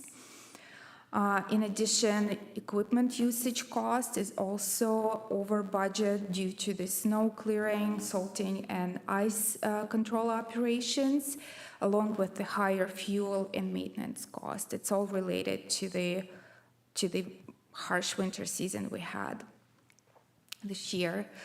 So other variances in utilities, operating expenses, programs, and property tax related items are mainly due to timing related differences and considered reasonable at this time.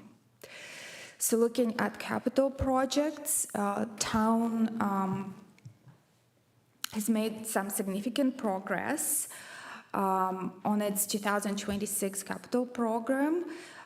So of 60 projects that were approved for completion this year, 3 have been completed. 23 projects are in progress.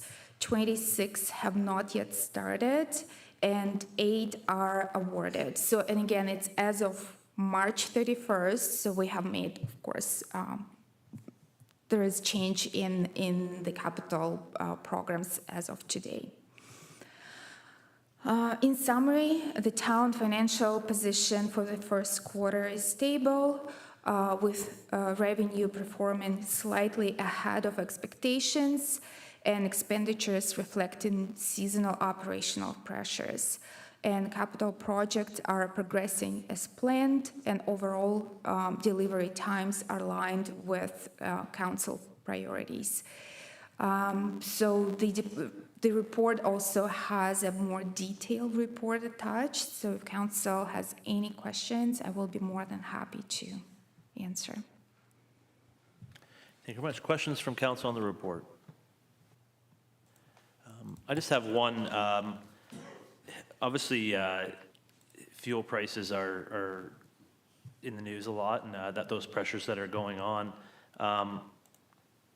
certainly that's out of staff and council's control. But planning going forward, is there contingency plans or anything that can be done to try to mitigate those risks going forward? I'll turn it over to Mr. Graves. Yes.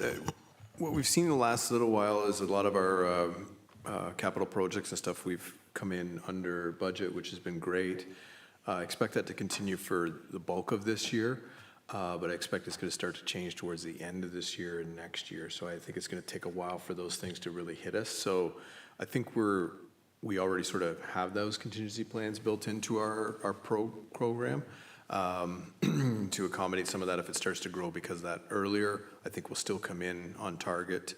But it's mainly because some of the other ones have been, we sort of, as we came out of COVID, everything was elevated. We've seen it sort of start to come back down, but I expect that it's going to start to come back up. So we're a little more worried about the end of this year, but we'll probably have been successful enough early on that should accommodate for that. But it's more about next year that we're concerned.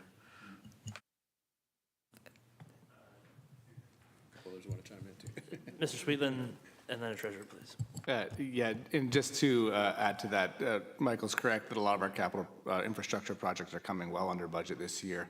And similar to an asphalt index price adjustment that we add on projects where the cost of asphalt swings up and down, there's a differential that we allow contractors. If the price goes up, we owe them money. If the price comes down, they owe us money. We're looking at adding those clauses for fuel pricing indexing into contracts as well, so we can balance out long-term how fuel is going to be affected. We've been very competitive with our tenders that we've awarded. We don't want contractors losing their shirts on town projects. We want to be fair to them as well, and also realize the benefit when prices start to come back down, that the town will be favored as well in those contracts till ever provisional pricing. Yes, and I would like to add the CEO and town engineer, they addressed the capital side, the operating budget. However, the town is compact. It's not, we don't have a huge fuel budget. So it's about $120,000. So even if we go over budget by 20-30%, we are in the position to accommodate it within our current operating budget. Excellent. Thank you very much. Further questions of the report? Councillor Van Kooten-Bosens. Thank you. Not so much of a question, but I love the report of the subject or summary for our capital projects progress. Thank you very much. It's nice to see all of our projects listed and where we are for budget and then where we are year to date with that. And so I just wanted to say thank you. I think that that's probably one of the better reports that I've seen, and I just thank you. I think it's nice to see that. So, any further questions of the report? Seeing none, Councillor Bowman, please. Thank you, Mr. Mayor. Moved by myself, Councillor Bowman, seconded by Councillor Hudson, that the Council of the Corporation of the Town of Ingersoll receive staff report T-012-26 as information. Thank you very much. Discussion? All those in favor? Opposed? That is carried. And now we'll move on to T-013-26, the Development Charge Reserve Fund. And I'll turn that back over to Treasurer, please. Yes, thank you, Mr. Mayor. This report presents the 2025 Development Charges Reserve Fund Statement as required under the Development Charges Act. The legislation requires the municipalities provide council with an annual financial statement outlining all DC reserve fund activities, including opening, closing balances, transactions during the year. So this statement is also required to be made available to the public. Staff confirm that all expenditures from the Development Charges Reserve Fund in 2025 were made in accordance with the requirements of the Act. For the 2025 reporting period, development charges revenue totaled approximately $116,000. The interest that these funds earned, not the 116, but the total reserve funds balances, about $60,000. Overall, the DC reserve fund balances have increased by approximately $120,000 last year. During the year, we've used about $25,000 from the DC Reserve Fund to support debt servicing costs associated with growth-related capital projects. These are legacy projects that happened years ago. So we are finally, I believe it's the last payment. And in addition, about $32,000 were transferred to the capital fund to support eligible capital projects. In summary, the Development Charges Reserve Fund remains in stable position with activity consistent with both council-approved projects and legislative guidelines. And I will be happy to answer any questions council may have. Thank you very much. Questions from council on the report? Seeing none, I'll call on Councillor Hudson, please.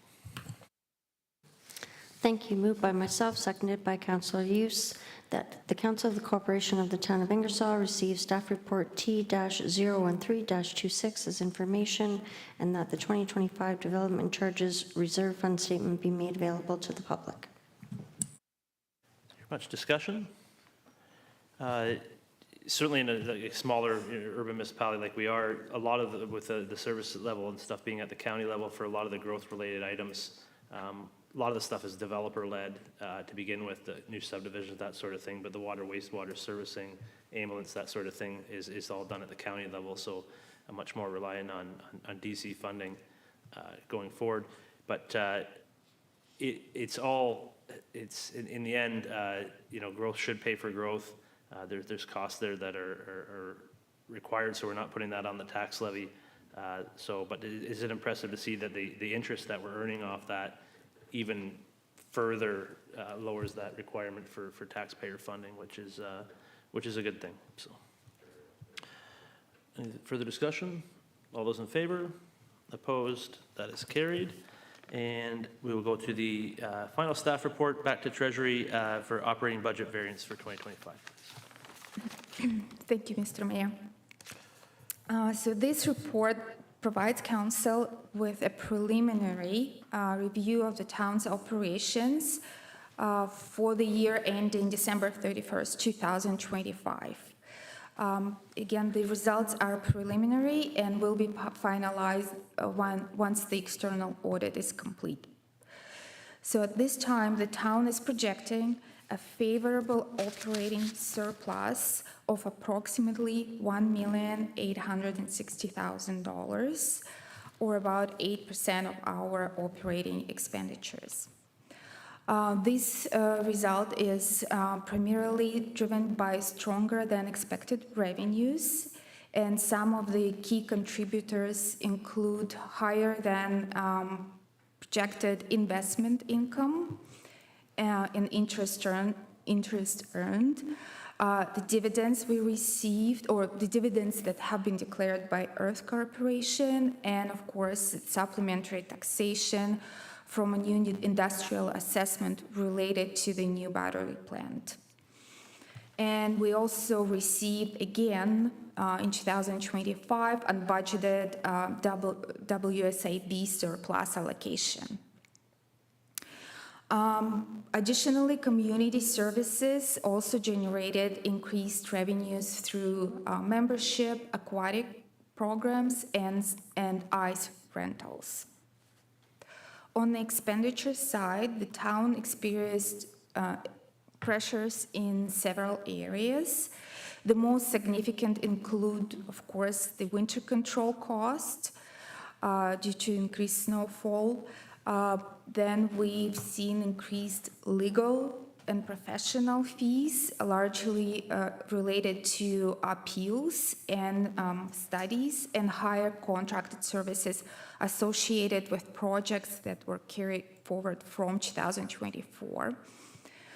We also saw increased property tax-related adjustments, including payments related to large industrial assessment appeals, and we also paid our the 24% of the supplementary taxation payment for the battery plant to SWOX, as per our boundary adjustment agreement. Additional pressures also include utilities and We also haven't received certain community grants that were budgeted in 2025. However, we were able to offset this additional expenditures by savings in a number of areas, including program budgets, training, conferences, and facility maintenance and repairs. So in summary, while there were both revenue and expenditure pressures throughout the year, strong revenue performance has resulted in an overall favorable operating position for 2025.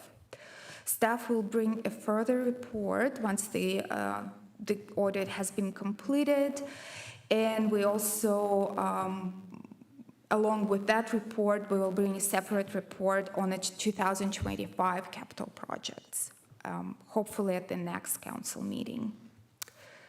And this concludes my report. If council has any questions, concerns, I will be more than happy to address them. Thank you very much. Questions from council on the report? Seeing none, I'll call on Councillor Hughes then.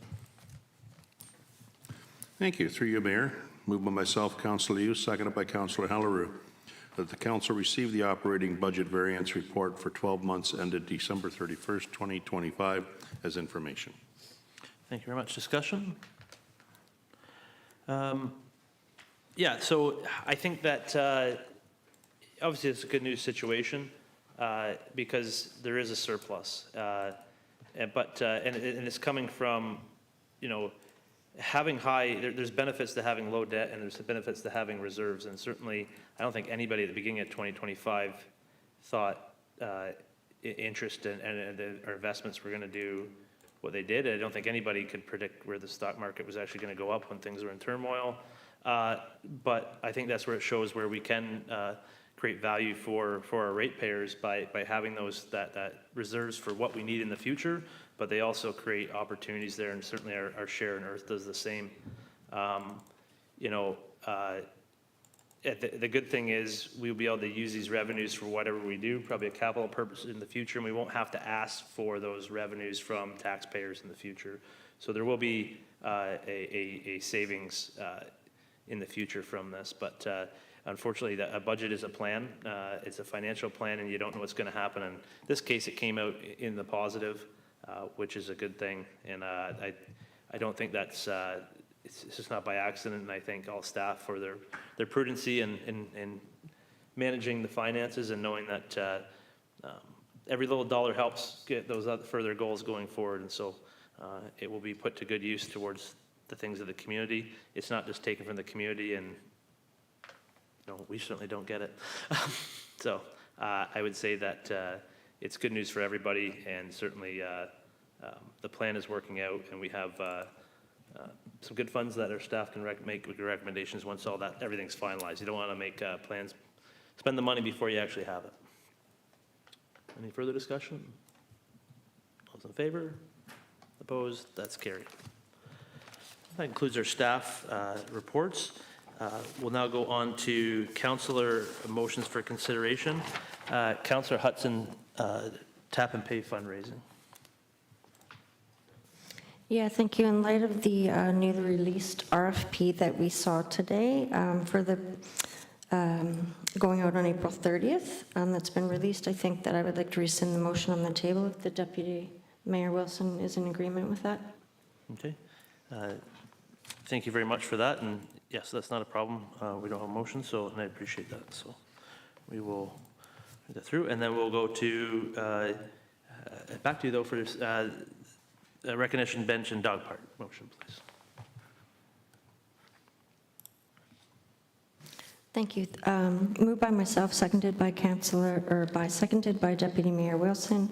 Whereas the development of the Ingersoll off-leash dog park was made possible through the dedication, time, and effort of community volunteers, and whereas these volunteers contributed significantly to enhancing public space, promoting community engagement, and supporting responsible pet ownership and creation of the off-leash dog park, and whereas it is important to formally recognize and celebrate the contributions of these residents who gave their time, to improve municipal amenities.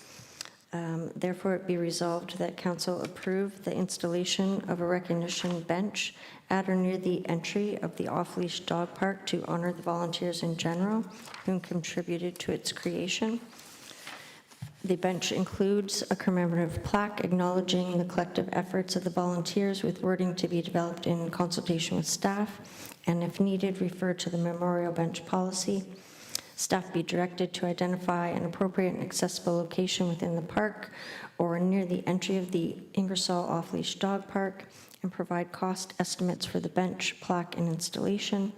Funding for the bench be allocated from already earlier donated external contributions where feasible, and staff report back to council at the next regular scheduled meeting on the choice of bench, plaque, and wording, as well as the spring-summer installation timeline, if able, and further that the installation be accompanied, where appropriate, by a small community recognition event or an online time media recognition to celebrate volunteer contributions and bench installation.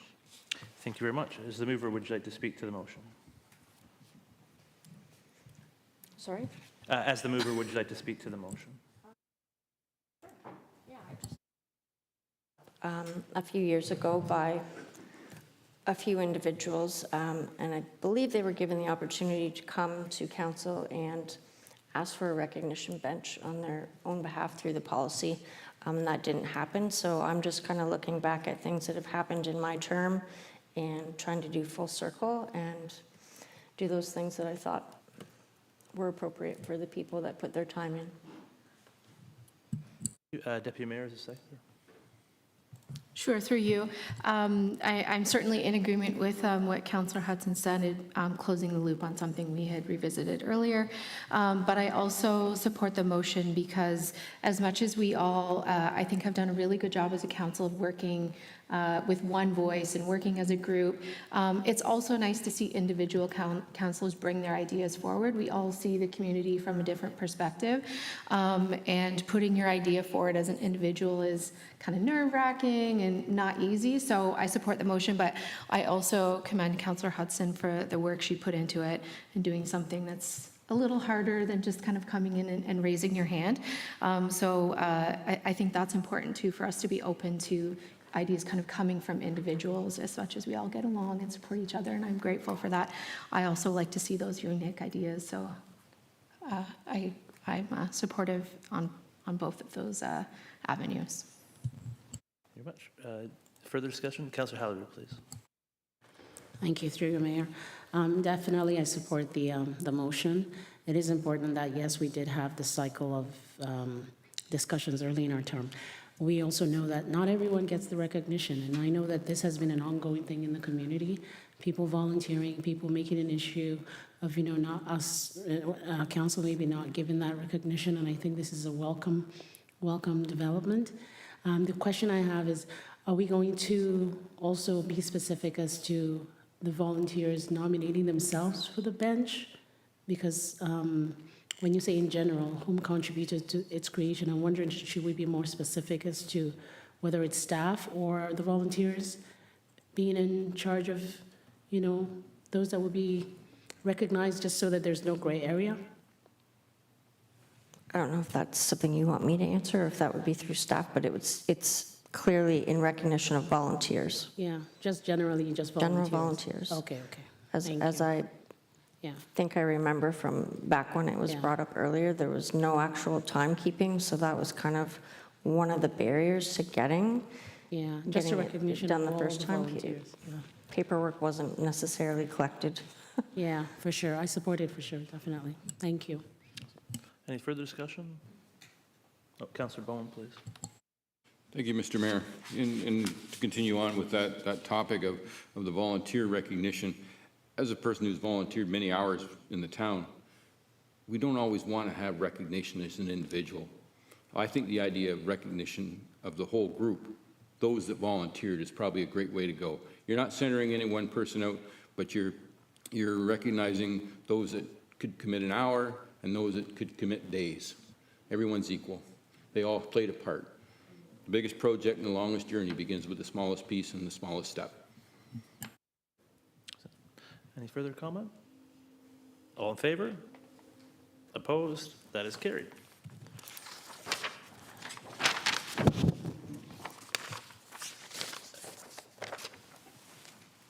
That takes us down to correspondence and resolution. So before we have a motion brought forward, this one has some names to fill in. So maybe we'll have some discussion, if that's okay with council, about who would be, if those who are interested in attending. So we can give some direction to Councillor Halleru, who has the motion.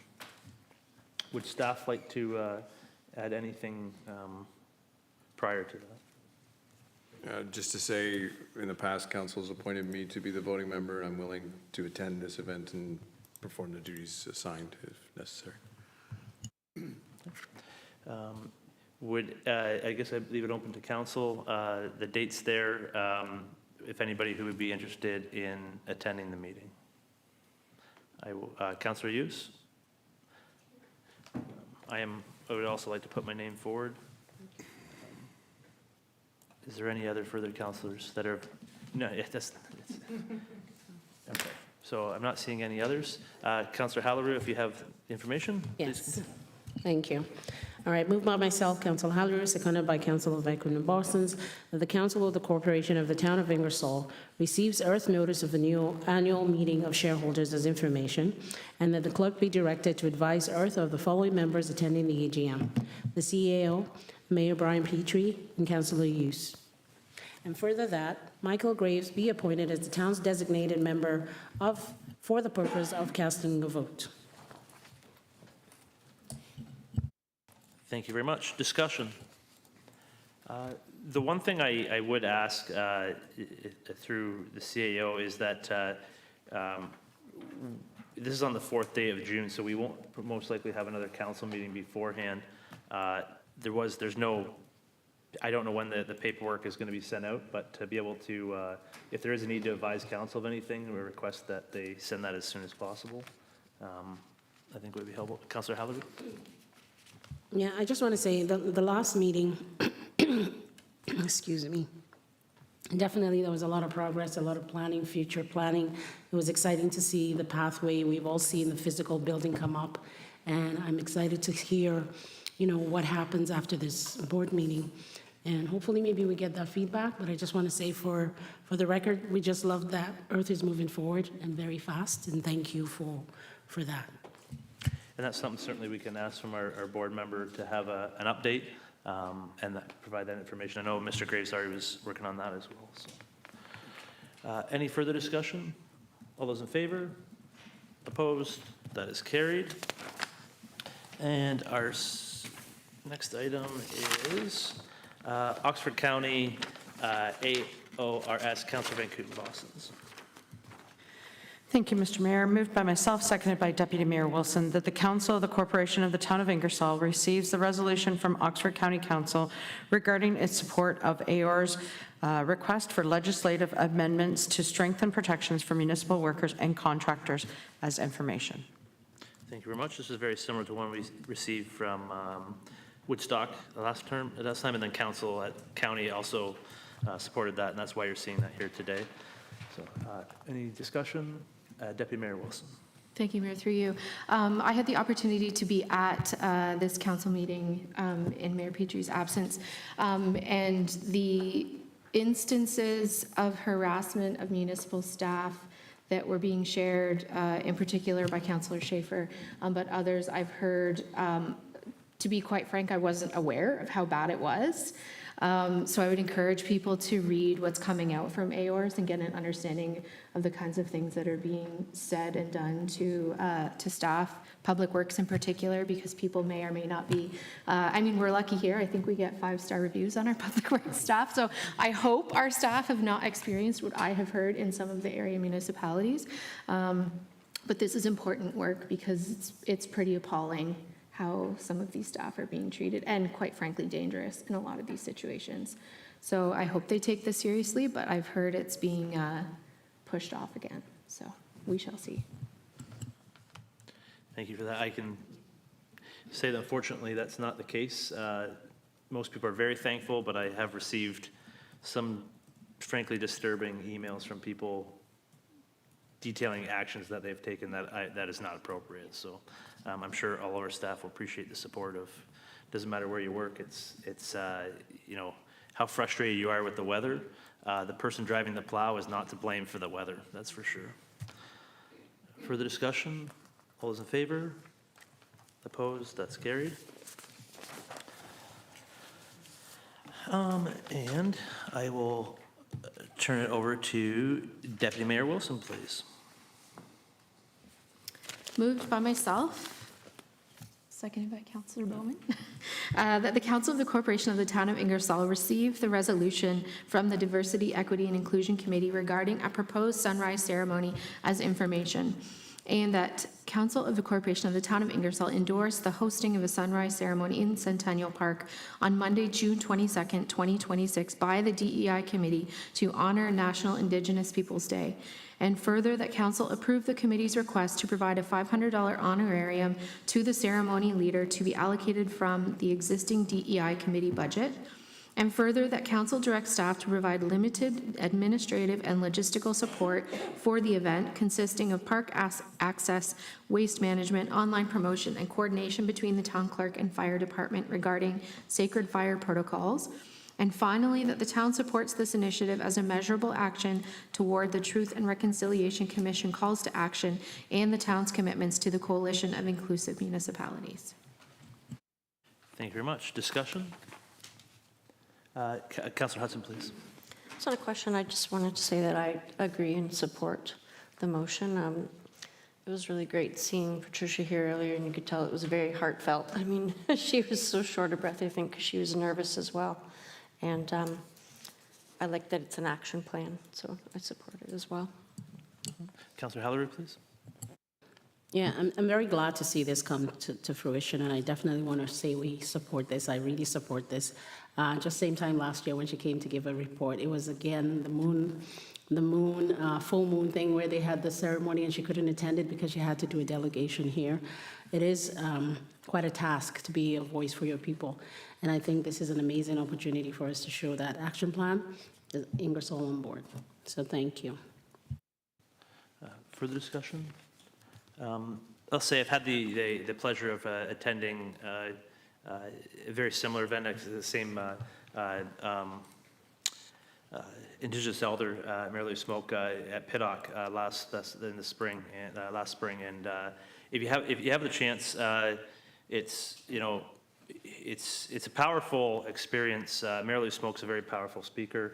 It's a very cool thing to be able to all gather with the sun,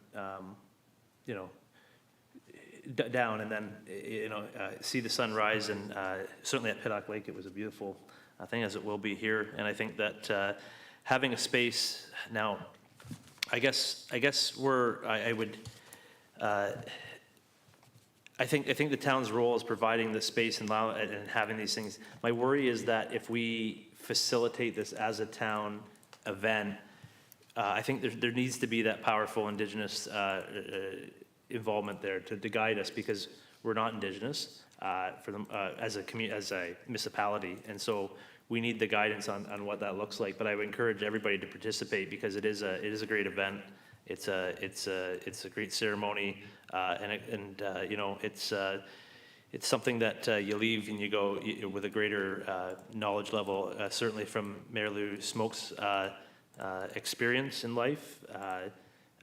It's it comes from a message of learning and growing, and it's a good thing, and so certainly supportive of that, and good to see it in the community. And I appreciate Patricia.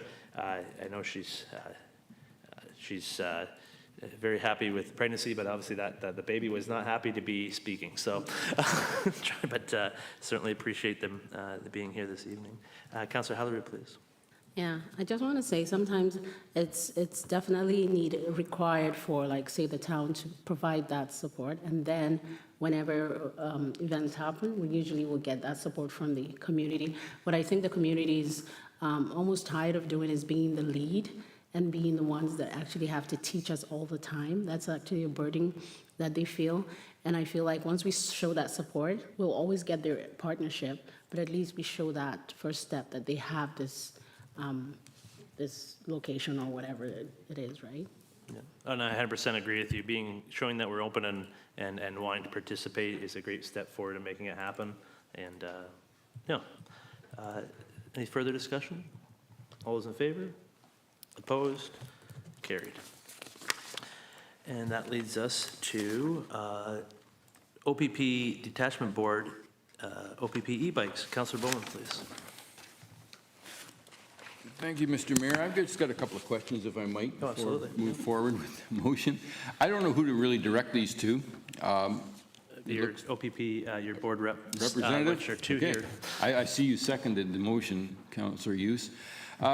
Just a question. First of all, it's a two-part question. Why are we paying for these bikes and why doesn't it come out of the OPP budget? And second, if we go ahead and make this motion, what guarantee do we have that they're actually going to use them? Good questions. Do you want to answer them or you want me to? Go ahead. Okay.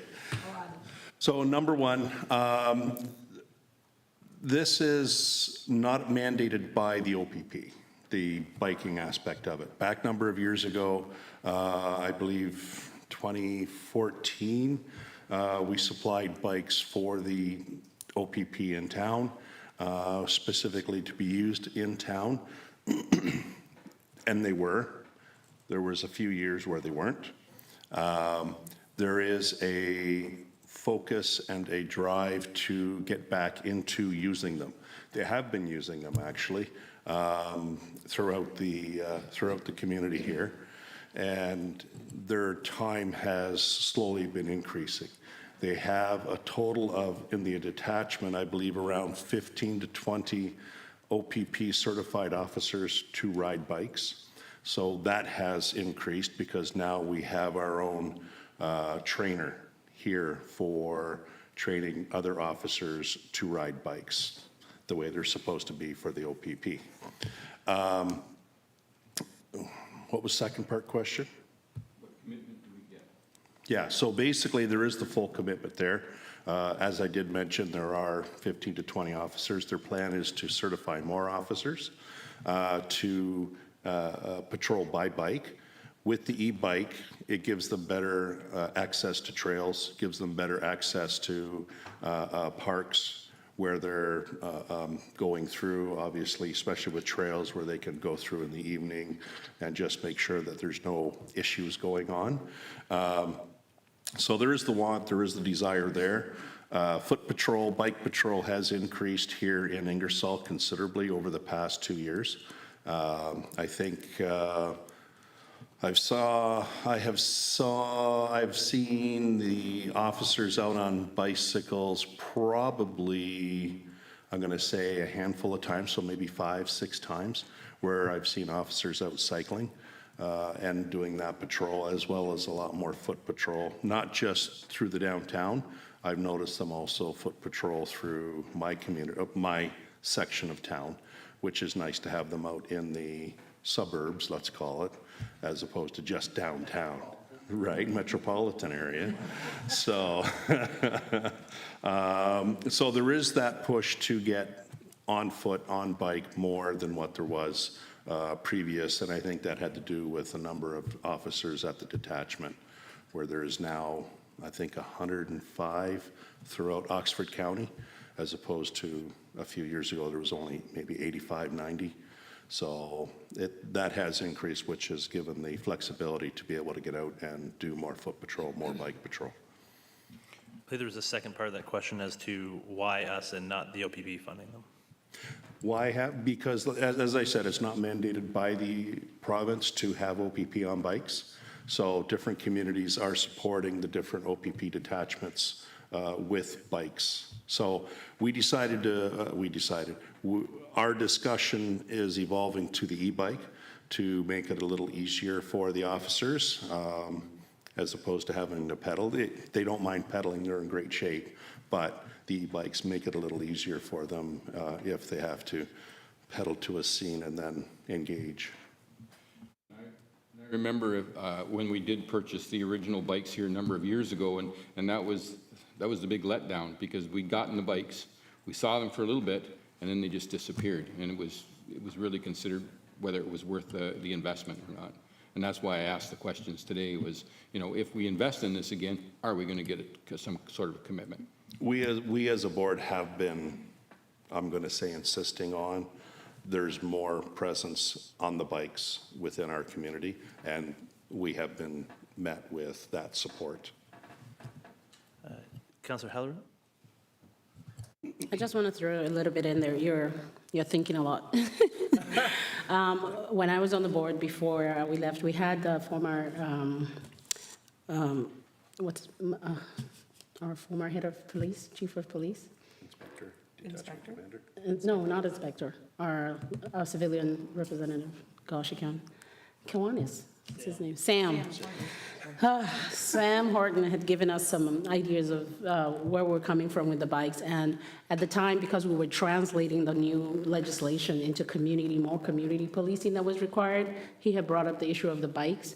And the community reporting had some wording that seemed to go in that direction, which is why we actually started the talk of the bikes again. And I imagine that just continued because it was some form of legislative focus on community policing. And then Sam had brought up the advantages of the biking where it was quieter. You could just, navigate and something about why it didn't really succeed and how they needed more bikes. So I guess the commitment comes from the new legislation. And I think it's different from what we had before. Councillor Bowman, do you have enough?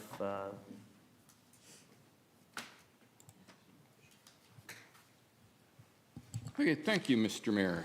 Moved by myself, Councillor Bowman, seconded by Councillor Hudson, that the Council of the Corporation of the Town of Ingersoll receive the correspondence from the OPP Detachment Board as information. And with the answers I've gotten this evening, and that the Council of the Corporation of the Town of Ingersoll approve the purchase of 3 e-bikes of various sizes deemed suitable by the OPP for the use of the OPP Department of the OPP with funding provided from the proceeds of auction reserve fund for the amount of not to exceeding $12,000. Much discussion? Deputy Mayor Wilson and then Councillor Hughes. Thank you, Mayor, through you. Similar to Councillor Bowman, I will begrudgingly support the motion because if biking improves community safety, then the OPP should provide that equipment to their officers. I think it's silly that if it's demonstrated to help, that's not provided. So it is what it is. But my follow-up to that, and I guess I should have asked it before we entered debate, but how can we measure if that patrolling has increased? Is that something you get in your monthly report that we can kind of monitor and, we can't adjust, it's not up to us, but at least have some sense of how that's impacted their hours? Yeah. Return on investment. We do receive that in our reports, and I'd be happy to share that with you on a monthly basis. Absolutely. Councillor Hughes and then Councillor Hudson. Yeah. Councillor Hudson. Yeah, I just wanted to agree with Deputy Mayor. I feel the same way. Just seems silly that we're putting the money out, but yeah, my other thing was, are we going to see the clocked hours? Like, are we? And if that's going to happen, then I'll be glad to see that. Councillor Hughes and then Councillor Halloran. Yeah, so the bikes that we have been discussing initially, the $12,000 would have bought 2. We have looked at other options, which we are trying to get 3, if not more, for the value of that $12,000. So we are looking at not just one specific high-priced or 2 specific high-priced bikes, but a nice variety so that it does mitigate some costs, but at the end of the day, instead of 2 bikes, we're 3, possibly 4. Halloran, please. I just want to add, I remember when you talk about youth delinquency, like the stealing that was happening early in the term, there was a lot of burglaries and car theft, and those are things that the police can easily bike to if they're patrolling already, right? And then the question of the budget, it was made to understand that because the town of Ingersoll pays for the OPP, the contract is that they're working for us and they're contracted by the town of Ingersoll, which is why we're almost like providing equipment to them to do their job. That was the question I had also asked, and that was the understanding, which is why the budget comes from the town, and then the police budget is quite small for what they do within themselves here. So I guess that's why we're on the hook for contributing to the bikes. Any further discussion? I'm super in support of this. I've been waiting for this a long time. One, the proceeds that are going to pay for this came from proceeds of crime that happen within the community. It's not, it's a separate fund. I'm saying no. We got proceeds from auction reserve fund. So the things that were stolen were auctioned off that weren't able to reclaim, and that's where that fund came from. So it's good that if for a bad reason, it's going back into making our town a safer place, and it's not coming from the tax levy. Secondly, the bikes that are here are very well used. They're probably getting near the end of their life.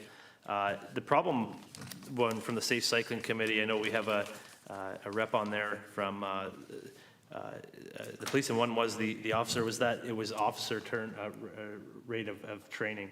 And certainly for a while there wasn't the ability to have officers trained, and then the OPP had to go through the differences in evaluating what it looks like between a bicycle and an e-bike for training, because they're heavier, there's different things for them. So they have evaluated for them, and it took a while to get that approved for use. The great thing about a e-bike or more of a pedal assist bike for an officer is, I don't know if you've seen the officers lately, they're carrying a lot of gear, whether it be winter time or summertime, and mostly obviously this gives them the opportunity to be able to encourage them to be out on the bicycles more. You'll certainly see people uptake it more because they can do their shift and still be ready to go, rather than hiking up the hill with all that gear on and doing that. So we have used that fund in the past for camera equipment for them, but I have no doubt now that those issues around personnel more than anything have been fixed, that these will get a lot of use, especially with it being a pedal assist. That'll be quite well used and get out there to give that. So I'm certainly excited about this, and I think that it's gonna enhance the service that we get from the OPP, especially hard to reach areas. You can only walk so fast. You can only get a cruiser so far. Bikes are a pretty good way to be able to meet that middle ground and have everybody go home. So, Councillor Hughes, please. Yeah, sorry, I do have a question to Deputy Mayor. How did you want us to share that information on the bike hours? Did you want a report back during council meetings, or just a simple email to everybody? If I may, Mayor. Oh, yeah, Thank you. If it's in the monthly report from the detachment, I can find it there. I just wasn't sure if something was already monitored that would have a benchmark, or if we'd have to kind of go back and ask for that. So I can find it. Yeah, absolutely. And in that same section of the report, there is the volunteer OPP officers, the time they put into the community, the foot patrol. What else is in that report? There's a well, yeah, that's a full report, but just that one page, it does go through all of that as well. Excellent. Any further discussion? All those in favor? Opposed? That's carried. And that takes us to Accessibility Committee flag raising. Councillor Hudson, do you have any questions prior to moving a motion? Okay. Moved by myself, seconded by Councillor Hughes, that the Council of the Corporation of the Town of Ingersoll receive the correspondence from the Accessibility Advisory Committee, and that the Council of the Corporation of the Town of Ingersoll authorize the flying of an Accessibility Week flag at Dewin Park from May 22nd to June 1st, 2026, and that the Council of the Corporation of the Town of Ingersoll supports the purchasing of the Accessibility Week flag from the Accessibility Advisory Committee's approved budget, and that the Council of the Corporation of the Town of Ingersoll directs staff to promote the flying of the Accessibility Week flag and Accessibility Week through the town's social media page and website. Thank you very much. Discussion. I'm super in support of this. Accessibility, one way to do it is get visible. And accessibility takes a lot of different items, ways in our community, and certainly trying to spearhead something similar to this at the county, one, just to try to get some awareness there. So it's a great to ways just, get people thinking about it some more. Councillor Halleroot? Yeah, so we are on the Accessibility Committee. I'm very excited about this. It seems like there was a scramble for time to get the flags raised this time from different communities and organizations. So it was nice to see that there's an opportunity to raise this flag. So people are aware, like the awareness is more important. And I think people will be aware that Ingersoll really stands with them. And so that's a proud moment. Further discussion? All those in favor? Opposed? That's carried. And Councillor Hughes, the Accessibility Committee, Dementia-Friendly Communities. Thank you, Mayor. Moved by myself, Councillor Hughes, seconded by Councillor Halleroux, that the Council of the Corporation of the Town of Ingersoll receive the correspondence from the Accessibility Advisory Committee as information, and that the Council of the Corporation of the Town of Ingersoll direct staff to develop a training schedule and plan to obtain supporter status within the identified high-priority facilities. Thank you very much. Discussion? Deputy Mayor Wilson? Thank you, Whether you want to or not. If there's a very detailed staff report in there that was done for the committee it's all a blur, very recently. But our last Accessibility Committee meeting also includes some slides. We had a presentation from the Alzheimer's Society kind of outlining the program, so I would encourage council to kind of take a peek at that. But I think what we learned was in our best efforts with the DEI action plan and with the Accessibility Committee, we perhaps overlooked cognitive impairment in terms of accessibility at our facilities and how we could provide really excellent customer service to those folks and support our staff in engaging with our residents, especially as our population ages. So I think this is a great, affordable, it's free, resource for our staff and our residents to kind of be able to offer the best possible service to every resident that we have. So I'm looking forward to seeing kind of how this comes forward and the things we learn. We can all kind of take part in the training. There's a virtual option, but I really appreciate staff's support in putting the staff report together. It was very detailed and very thoughtful, and lots of things I hadn't considered. So I know the committee's really excited to see this moving forward. So Halleroux, please. Yeah, I also want to thank Deputy Mayor Wilson for bringing this forward because it is an overlooked area of our cognitive, disabilities. And I remember in the meeting feeling very grateful because how many times have we heard of missing elders not even being recognized as dementia patients yet? But we're seeing the OPP take on cases where people are wandering. So for us to be a community that really takes this on seriously, I highly recommend, just from the short presentation that they'll share with us to take a look at it. Staff did give us a very detailed report on how they would organize different priority areas of staff to do that. So I think it's a wonderful and welcome development that we're not looking at just accessibility on the broad, but we're looking more as in ways that we can identify people that may need help, whether they're shopping, whether they're accessing our services. So it was just really nice to see that. So thank you for bringing it forward. Excellent. Further discussion? All those in favor? Opposed? That's carried. So that's the end of our correspondence. Bylaws. Councillor Halleroux, please. Thank you, through your mayor. Moved by myself, Councillor Halleroux, seconded by Councillor Bowman, that the bylaws 26-5462, 226-5466 be approved, subject to section 284-11(4) of the Municipal Act. Thank you very much. I will say that I've already signed saying I'm not vetoing anything, so it won't be subject to that. Discussion on the bylaws. Seeing none, all those in favor? Opposed? That's carried. And Councillor Van Kooten-Boston's to adjourn, please. Thank you, Mr. Mayor. Moved by myself, seconded by Deputy Mayor Wilson, that the Council of the Corporation of the Town of Ingersoll adjourn the May 11th, 2026 regular meeting of Council at 8:23 p.m. Thank you very much. I thank council for a very effective but efficient meeting. Absolutely. All in favor? Opposed? That's carried. Thank you.